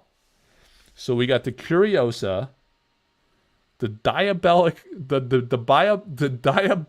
affliction of Eric, Gilded Aegis, the crown of the victor, the Kythera mechanism. Look at it. Watch it shine. Oh my god. Oh my. Look at it catch the light. So nice. The mix air. Devil's egg, guys. It's been there the whole time. It's right there. I could almost get it out of the binder. I just gotta shimmy it down a little bit. Catch it under its tail. There you go. Oh my god. Oh my god. 4,300 US dollar bills of diabolic Affliction.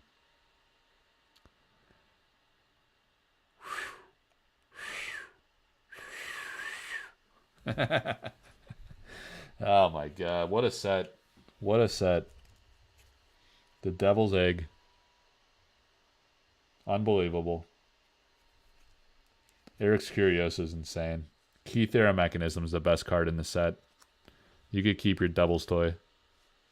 Just give me the Keith Era. Who is a Keith Era?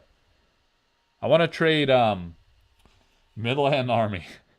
I think it might be the only unique foil that I own. You know, because I want paintings instead of cards. That might be the only unique. I think I told Sudlow I might trade it to him. Oh, look at that. Philo Stone. No big deal.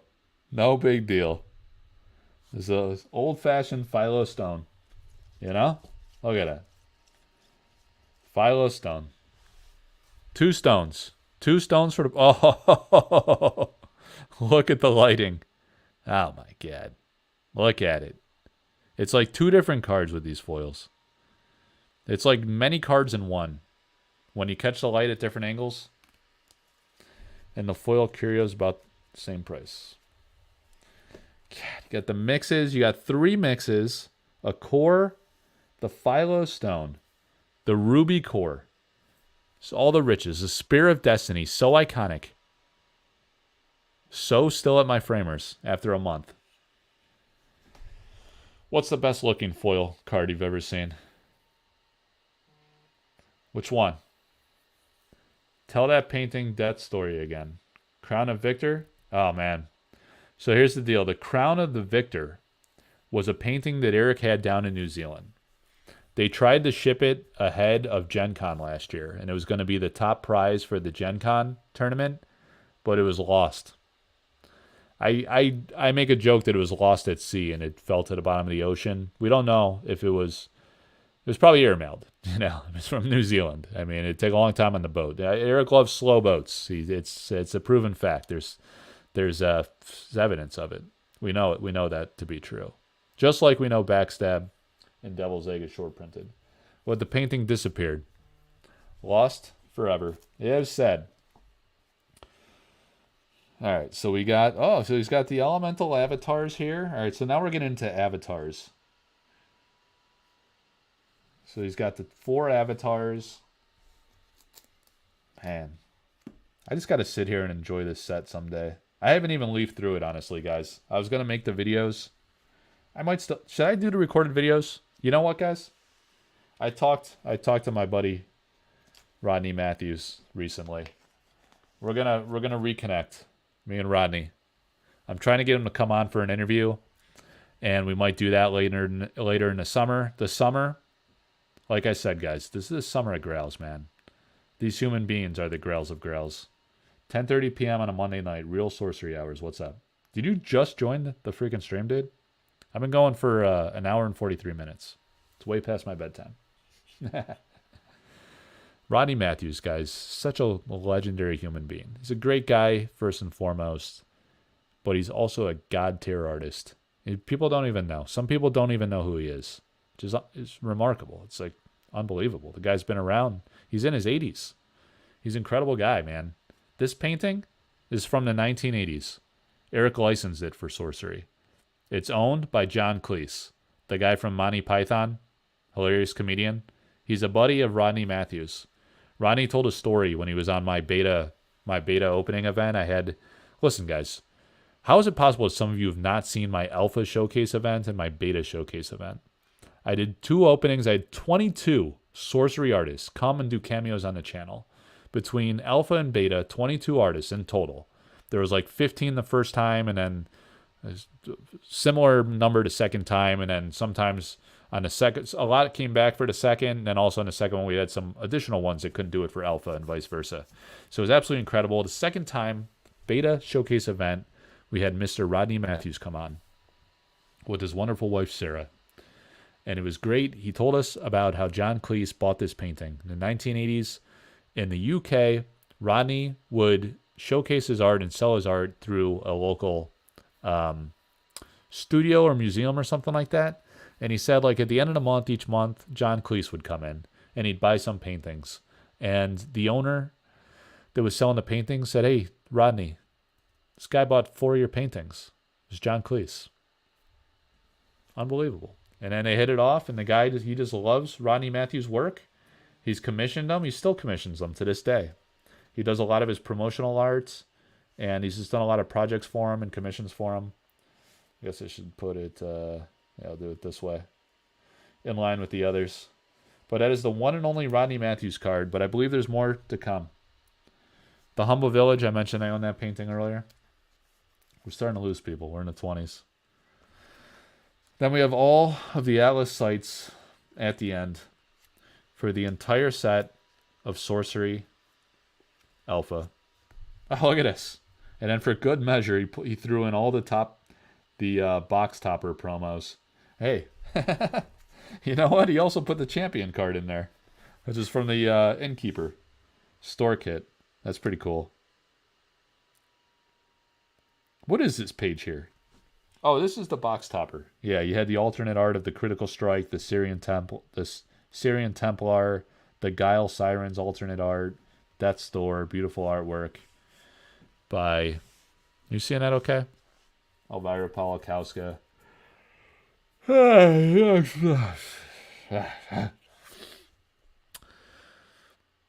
Baby Tosser. BABYTOSSER. Occult Ritual. I already said that. There's the foil set, guys. The entire foil set. So rare. You want to see a few spellcrafts really quick before we call it?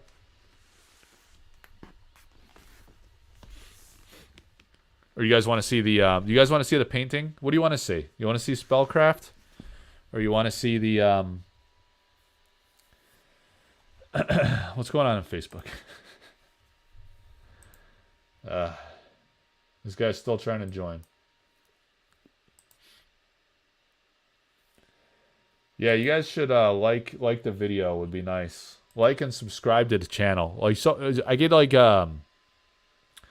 sometimes like hundreds, thousands of views, and then like 10 people like the freaking thing. It's so easy to press the like button. You just gotta give a little tap. You know, helps out. Even subscribe, even would be wonderful. Be really good. Dude, what happened to my picture there? What? What is going on here? Creating an event? No, I don't want to do that. All right.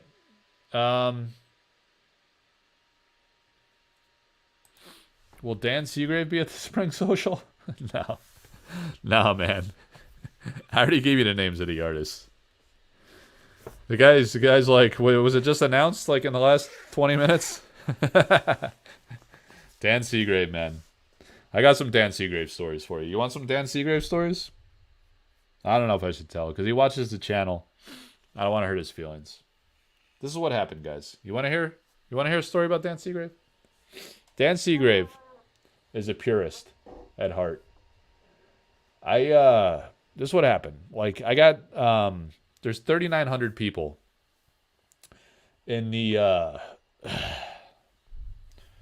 Sorcery Contested Realm community Facebook group. And a lot of the artists in there, almost all of the alpha artists are in the Sorcery community Facebook group that I created on February 7th, 2002. And when their birthdays come up, you know, I'm friends with a lot of them on Facebook, so I see their birthday notifications, and I like to wish them a happy birthday. And I had this idea because I did this interview. I don't know if I should tell this story. Should I tell it? Dan, should I tell the story or should I not tell the story? About Dan Seagrave. You think about it. I don't know if there's like a lag on his StreamYard. I see nothing and then all of a sudden tap, tap, tappy, tap. So, I'm still waiting for an answer from Dan. Dan's thinking about it. Yeah. Good stuff. Nothing, Dan? Nothing. If it's history, it's kind of history. I mean, it happened in the past. It's not directly sorcery related, other than he's a sorcery artist. All right, tell it, he says. So, thanks, Dan. Thanks. Only 10 minutes later, he tells me to tell it. No big deal. I don't have to go to work tomorrow or anything.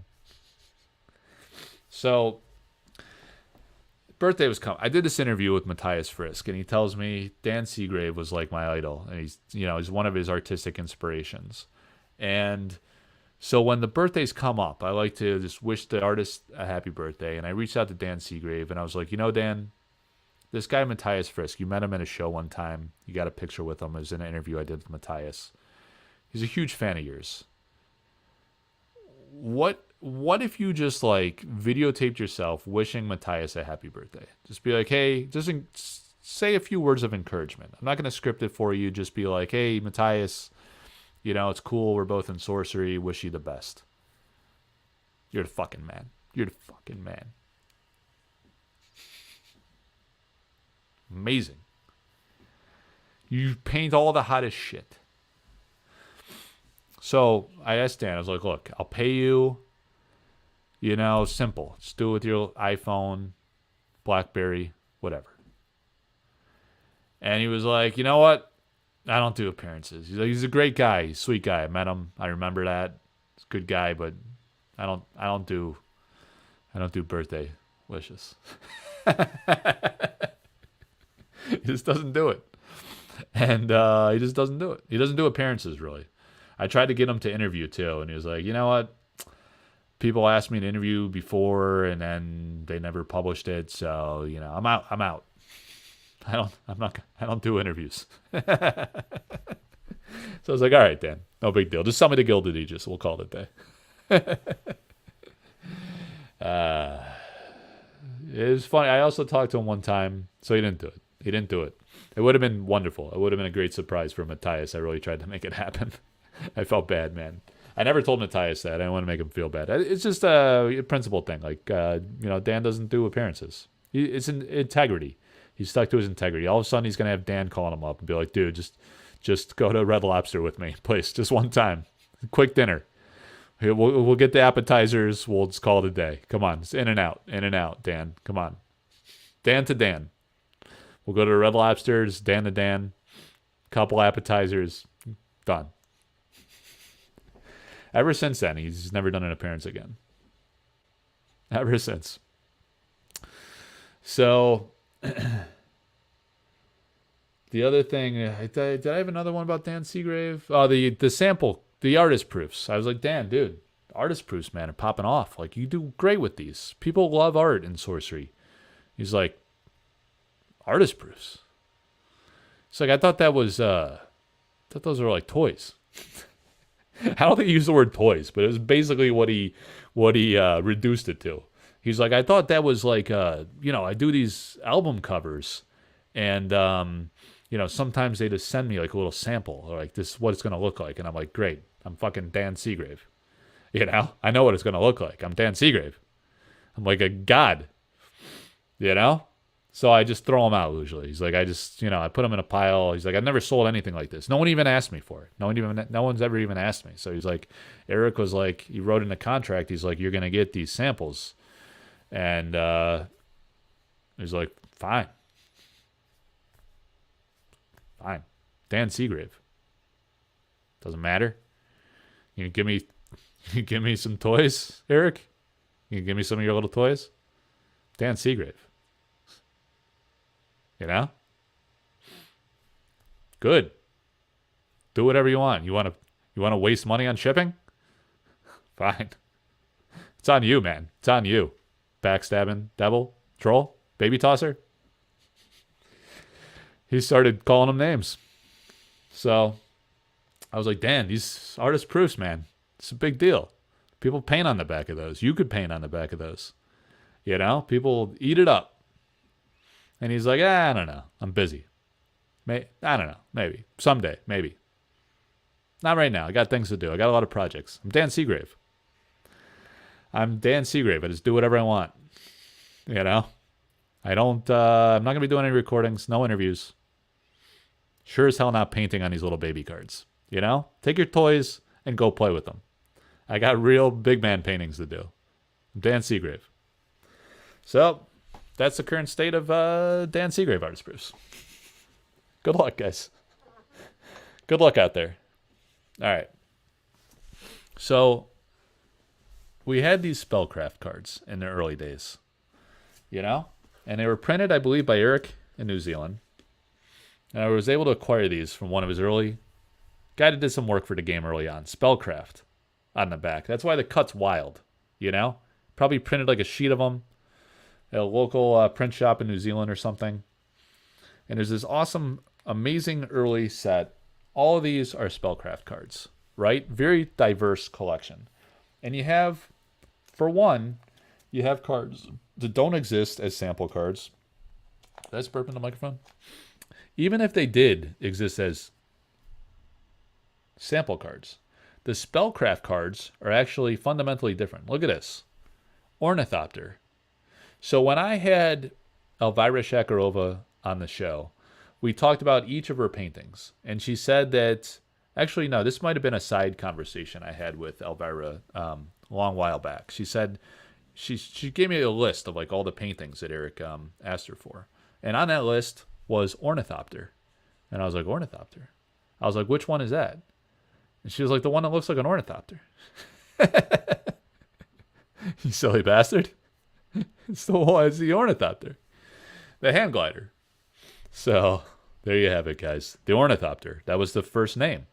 You know, probably inspired by magic, right, Cosmic? Is there an ornithopter in magic? Look at this, guys.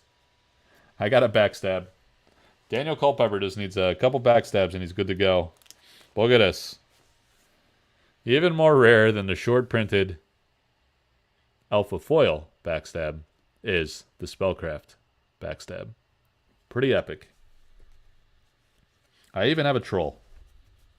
Sits right next to the troll. But the interesting thing here, and the reason why we got into this binder, is because, look, Shackle Cerberus. People wanted to know about the artworks. Yeah, Ornithopter costs 0 mana. Boom. Look at this, guys. The Fireland Ifrit. This is a Jeff Easley artwork that has not seen the light of day in Sorcery yet. All right? I'm starting to lose people. It's getting late. West Coast probably has to eat dinner. So we'll wrap it up soon. We got the Sleeping Giant. And this is why I think we're going to see alternate arts and revised. Because you have the Sleeping Giant from Liz Danforth, which made the Alpha set. This is a painting done by Elvira Palakowska. So I need to get a picture of all these cards that actually did not make it into Alpha. Because it's really interesting to see the design mechanic. I posted this one today, the Peasant Rebellion. Someone just found a sample card of this. So potentially, as we do more sample breaks, we might discover more new cards like these that have not yet been discovered in sample packs. It's possible there could be sample cards of things like this. The Ifrit, the Sleeping Giant, probably unlikely with the alternate artwork. But there's a lot of interesting nuances. I talked about the York crossbowman before, where this tower creeps up above the text box. Take a look at your crossbowman in Alpha. This was changed. It was pivoted down or somehow like adjusted where the tower did not creep up into the title box like that. Very interesting piece of history. Here's another awesome one, Rolling Boulder. You know the Rolling Boulder from my guy, Jesse Pilkis? Here is a Rolling Boulder from Doug Kovacs. Alternate art. Revised. Revised. New artwork, guys. That's my theory, and I'm sticking to it. Why would he commission all these paintings with the same name? What else, guys? Anything else? Those might be the highlights of the cards not in Alpha. Spellcraft tokens, guys. You thought they didn't exist. Look at a Spellcraft token. Hey, hey. See it? Lighting? There it is. Spellcraft token. So badly miscut. Is there any cards in bad flavor to talk about? What does that even mean? Bad flavor? Are you talking about what are you talking about right now? Bad taste? Poor taste? Rudy? 1970s yearbook?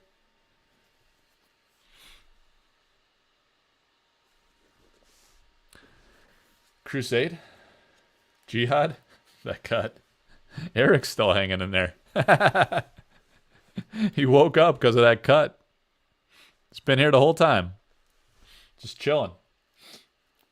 You want one of those spellbook tokens? Adam Burke, Edge of the World. These are just some beta toys right here. I got the Dream Quest in beta. Yeah. The alt art and missing... Yeah, you were asking about that earlier, Eric. That's why I went to this binder. That's right. So there you go. You just got to walk through of the different stuff that exists. These are going to be in the Dust Reward soon from Simon. These are not the actual Dust Reward cards. They're not sorcery cards, but they're the artwork you're going to see from Boris Vallejo. I got to get it in a little sliver of light over there. But these are the old Boris fantasy art cards. Yeah. So, guys, the champion. I don't know. We got the champion promos. Here's the thing, guys.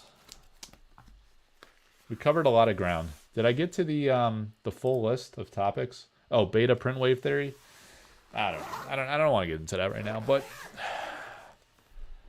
a lot of you guys have been on for the past 2 hours. So I feel like I should probably show you something different. What do you want to see? You want to see I got another Atlas Thorne card. One or two more altars. He's working on a few more. He said he had 3 more done. I think he was either waiting for the paint to dry or he was going to do a few more and then mail them off to me. I mean, is it bad flavor is my question. I don't know what the hell you're talking about, man. Are you talking about flavor text? Or like, what is this about? Oh, Crusade. Oh. Oh, you're talking about like poor taste. So there's Crusade, there's Jihad, there's don't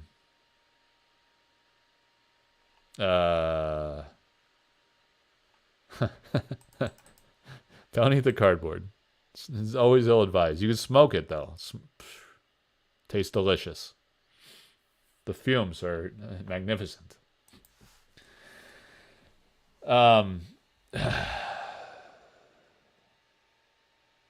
Oh, like is risque or no one cares? Those are 2 very different things. Risque is like you know, Dan's class of 1984 yearbook. That gets a little dicey. You get some long flowing locks, some bell-bottom jeans,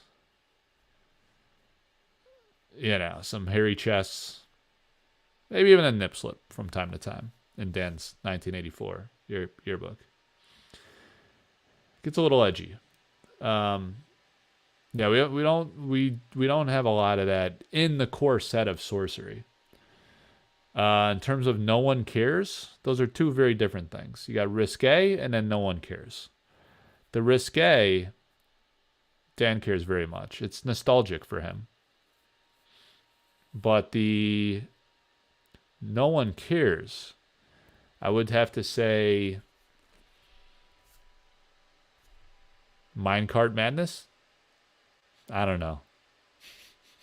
Some people like it. It's a love-hate. Pudge Butcher. It's very well loved. It's a very well loved card.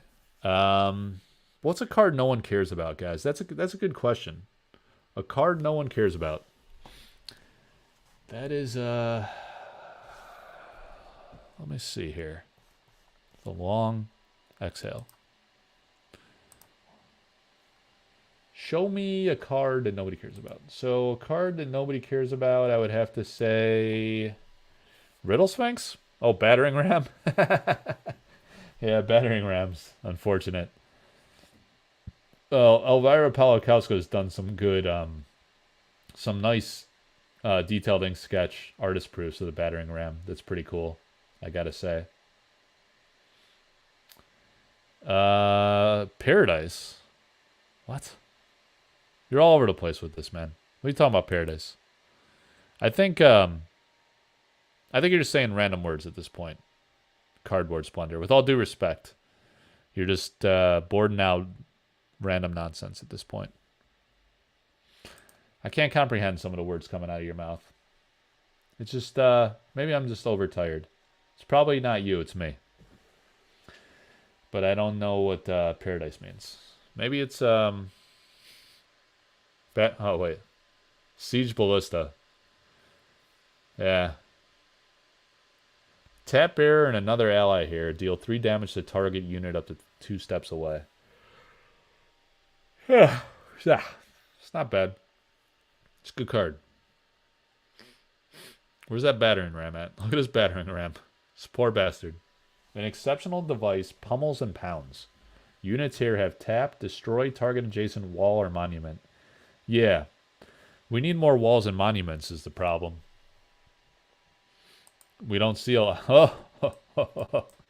We don't see a lot of those. Not yet, at least. In Arthurian Legends, probably have a lot of that. Anyway, there's probably more interesting things to talk about.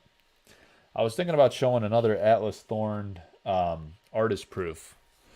Or not artist proof. Atlas Thorne altar. But if the thing is, we have the next Atlas Thorne altar. This one here ends tomorrow night at 8 p.m. So I usually don't show the next one prematurely. But I could. And I feel like if you guys are interested, I should reward the loyalty of watching for 2 hours and the 2 people that liked the whole 2 people that liked it. They hit the like button. You guys want to see another Atlas Thorne altar? There's 2. There's one. There's a spell book. Another spell book. We did the Royal Bodyguard. We got the Mix Ignis. We got another spell book, Atlas Thorne, and then we have an Atlas Thorne. It's a landscape art.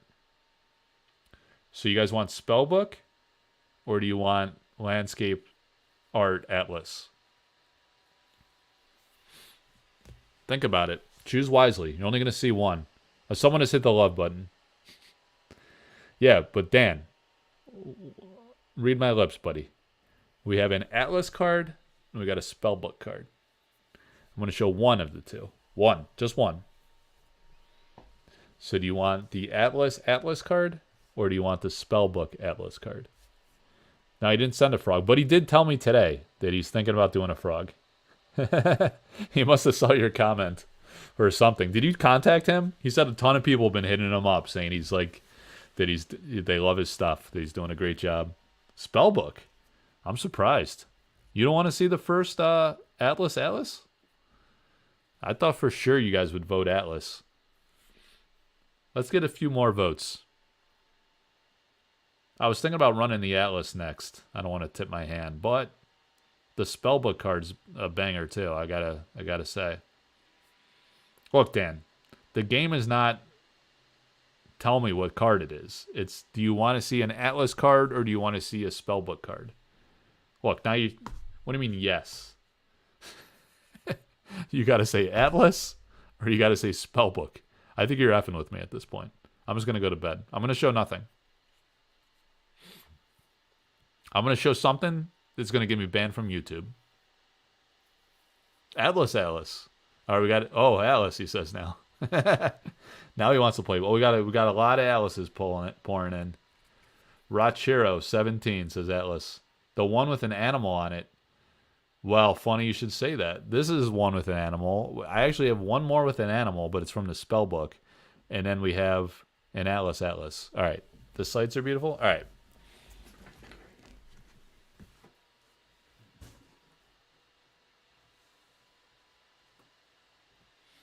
So we just ran the Vivian Calazans.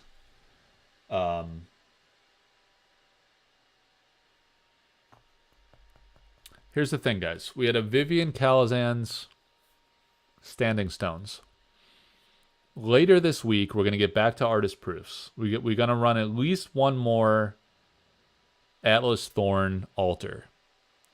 And then we're either going to do the last Atlas Thorne altar or we're going to mix it up with an artist proof, one of the very few artist proofs to be offered to date from who? Curio Calazans. All his stuff is off the chain.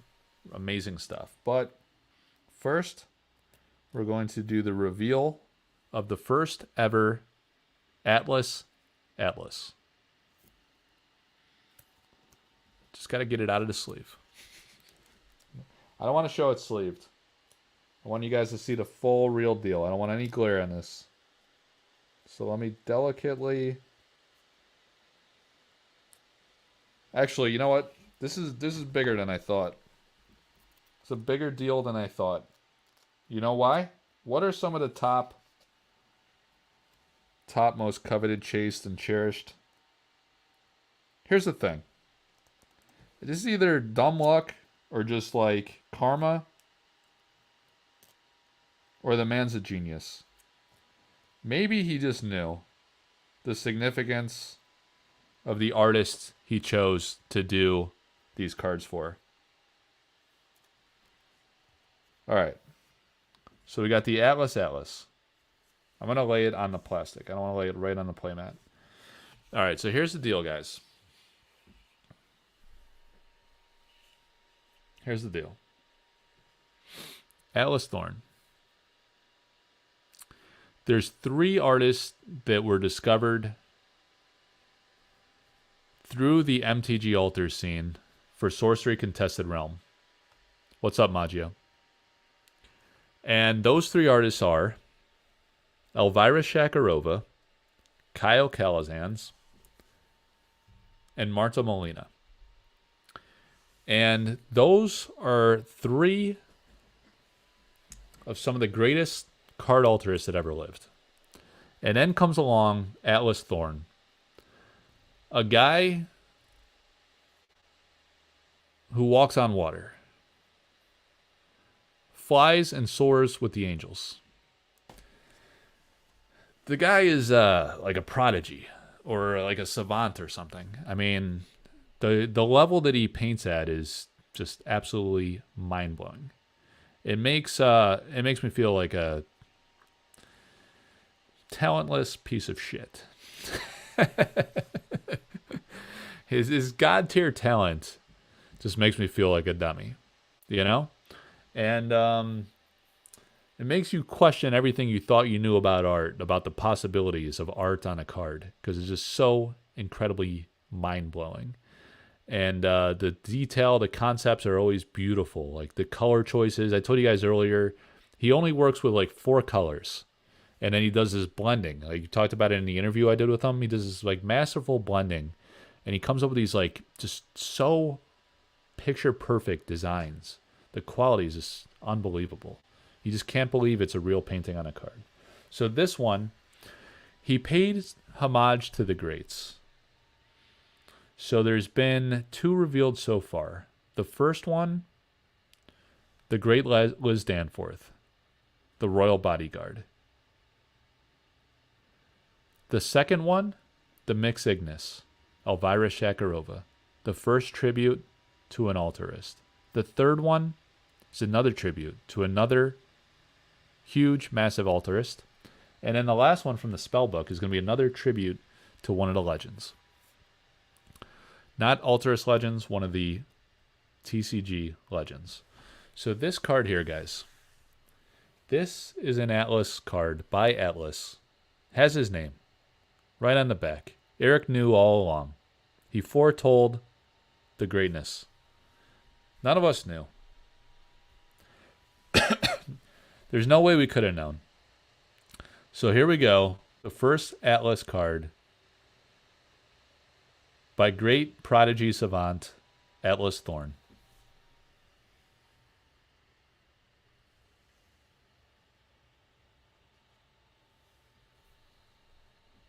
Oasis, Dual Land, Marta Molina, from one legend to another. Look at that pristine beauty. It should be the pristine paradise, really. But look how out of this world stunning this is. I want a mural of this right across my massive forehead. My hairline is going to be halfway behind my skull, and you're just going to see an Atlas painting there. It'll be the most beautiful man this world has ever seen. El Holo says, I wish I had 5% of that talent. Could you imagine, Frenchie, if this guy painted for sorcery and we could buy full-size art from this absolute legend? This guy is, I mean, everything I lay my eyes on is just otherworldly from this guy. Especially the stuff he's doing from sorcery. You know? Look at this. I got to take the sunglasses off. I'm going to be blinded by the light. I don't care. It's just so pristine and perfect. You could kind of tell, you know, now that we know that it's 4 colors, you could kind of see. He just does the perfect, most beautiful paint blends, and he just does them so masterfully well. You just don't want to stop looking at it. It's stunning. The views and the likes on the Royal Bodyguard is just went for days off the chain. I made like a, you know, I like putting these things on Instagram with some music, you know, and I just watched it myself, like on a continuous loop, brushing my teeth, you know. You got to do like 30 seconds per region. You got to do the solid 2 minutes of brushing. So you do like the 30 seconds here, 30 seconds there, 30 seconds, 30 seconds, and it just plays on a loop. Because it's only, you know, it's like a 1 minute or less, like on Instagram, and you're just brushing and brushing and brushing and listening and listening and looking and looking. It's like the Keith Air mechanism, baby. Look at this. You just don't want to stop looking at it. I can't take my eyes off it. I don't want to put it away. I just want to appreciate it. An exceptional sight of fire and water, right? So the firelands, the volcanic mountains in the back, and water. And you know what? He matched the color palette so masterfully to the element symbols. Fire and water. You see how tastefully matched they are? It's so beautiful. He could have done like a monotone little pond here, but that's not enough for an oasis. A beautiful, majestic oasis. You got the reflection from the palm tree. Beautiful hues of blue. Man. The purple touches just gives it such beautiful color balance. It's freaking unbelievable, guys. It's almost like, you know, like how Eric spends so much time in these text boxes as well. You know, it wasn't enough for Eric to just have like a monotone, a monocolor text box. It's not coming across here, guys, in the lighting too well. But it's not like a monocolor, monotone, not monotone. Tone is audible. It's not a monochromatic, monocolor text box. It's like marbled in a way. And the colors that he chose match the marbling in the text box. And the fundamental color tones match the fire and the water. And the way he gets this fine detail, too, under the text box. I mean, you don't have a lot of real estate to work with under the text box on an Atlas card. So the fact he gets that blend so nice just looks so good there as well, too. It's freaking unbelievable. I don't know. What's your favorite Atlas card so far? You had the Royal Bodyguard. I loved the choice of the woman warrior. You know, especially coming off of that friggin' Boris Vallejo nonsense. The 70s yearbook. It's old school, man. It's too old-fashioned, you know? Atlas is the future now. This guy is a prodigy savant. He's going to be massively famous artist. If he puts his mind to it and he really wants it, now he's getting a lot of visibility, publicity. He could take it so far, man. Because look how good he is. He could do human figures like he did, and now he does Atlas sites like this. What can he do? That's it. There's not much after that. We're gonna have to get him to do. I'd love to see him do like a galactic one. Like, I mean, I'd love to see him do a Kythera mechanism. You guys are gonna have to donate some cards.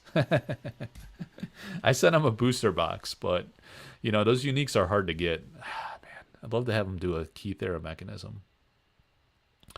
Because like you never know what that beautiful mind of his is gonna dream up. He's just got such an amazing vision. I don't give him. I'm never gonna give him an idea. I'm never gonna be like, Atlas, do this, because I don't. It's why I don't like commissions. You know, some people want to commission the artist. I think that's absurd. Like, why would you want to tell a creative genius like what they should do? You like the person because of what they do, the stories they tell, and the ideas that they have. You know, because they're different than your own, which challenges you in a different way. It's a real special thing, you know. That's why like art is so personal, and that's why I really started this journey with interviewing the artists, because knowing who they are and what they're like and what their personality's like and their influences and their background and culture and upbringing and all that, what inspires them, that's the beauty in it, you know. They're telling a story through their artwork, which is just phenomenal. It makes it really exciting and fun. So, you know, for them to tell their story, their ideas through their art is just what it's all about. It's what makes it special. That's why the artist proofs are amazing. That's why these altars are like the next best thing to an artist proof. I used to not be an altars guy, to be honest, you know, because I thought altars were like just some gimmicky bullshit where like people would basically augment the existing concept of the artwork. Like they'd retain a majority of the other artist's art, and then they would like, you know, add some, not always goofy. They'd add some nice like additions, you know, but it's still derivative of the original art. What I love is these artists that are like completely resurfacing the card. You know, they treat the face of the card just like you would an artist proof, and then they completely reimagine the entire concept and make it entirely their own. So now the game, you could play with this card. It's got the same mechanic. It's got all the same text details. It's got a legal sorcery back. So you could put this in a sleeve. And then you're like, oh, you know what? I'm going to play Oasis. Whammy. Not what I was expecting. You know, you used to marvel at that freaking beautiful art. That is the beauty, you know. So there's some advantages. If you're like a player collector hybrid, you can straight up play with these.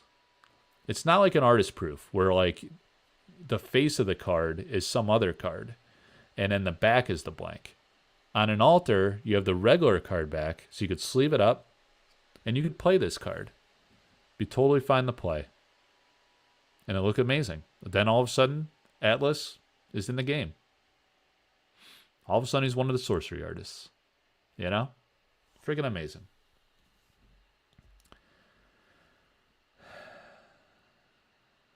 How can I have one? Can't have it, huh? It's going to be auctioned. Tomorrow night at 8 p.m. Eastern, this card's coming to auction. So the Mix Ignis cat, it's a monster card because it's Alchemy 9, and it's the second ever card. It's the first Alchemy 9 ever done by Atlas. And I'm telling you guys, this guy is going to be a legend, man. What do you think happens when everybody sees it? You know who's in the Facebook group? All the artists. All the MTG high-end art collectors. Other artists that are doing art for Magic. Art directors. He's going to be put on a stage across all of the Collector Arthouse platforms. And I'm going to gush about him like a little schoolgirl. You guys are going to be so annoyed. So annoyed. So annoyed. So annoyed. Be shut your mouth, Mike. You're going to be saying shut your mouth about this guy.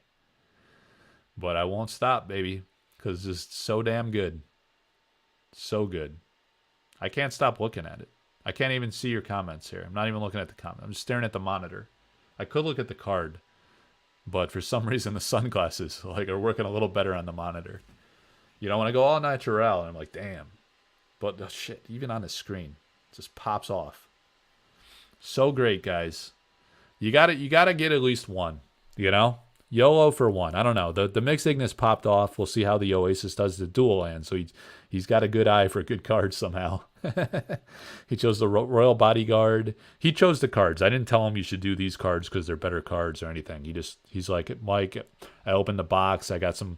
He's like, I see a lot of cool names, a lot of cool ideas. Just popped in his head right away. He's like, I'm going to do a handful of these. We'll see where it goes. Yeah, I mean, can't choose just one. All three Atlas altars are technically incredible in a different way. Yep.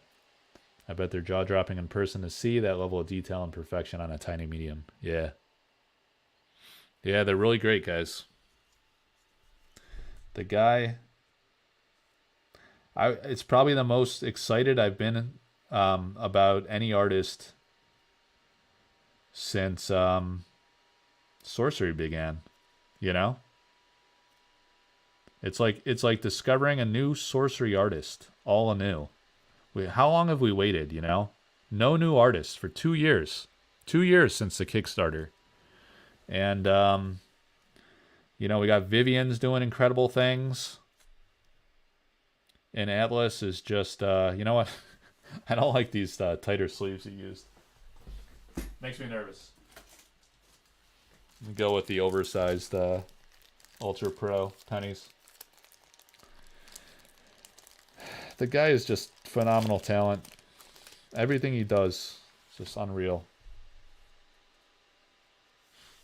Set it off here.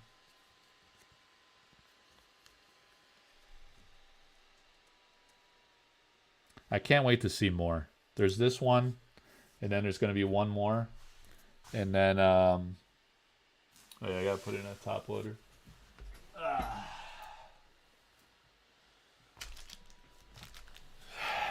You know what? It makes the toys look kind of goofy and silly, honestly. Coming out of the machine. I mean, they're beautiful cards, you know, but they're machine printed. It just doesn't feel the same. I mean, they look beautiful, but it's not hand painted. I mean, the original paintings are incredible. It does it for me. And the well, he's got opaque backs, but yeah, I mean, they're beautiful cards. Best you could do on a card without paint. Sorcery. It's a masterpiece game.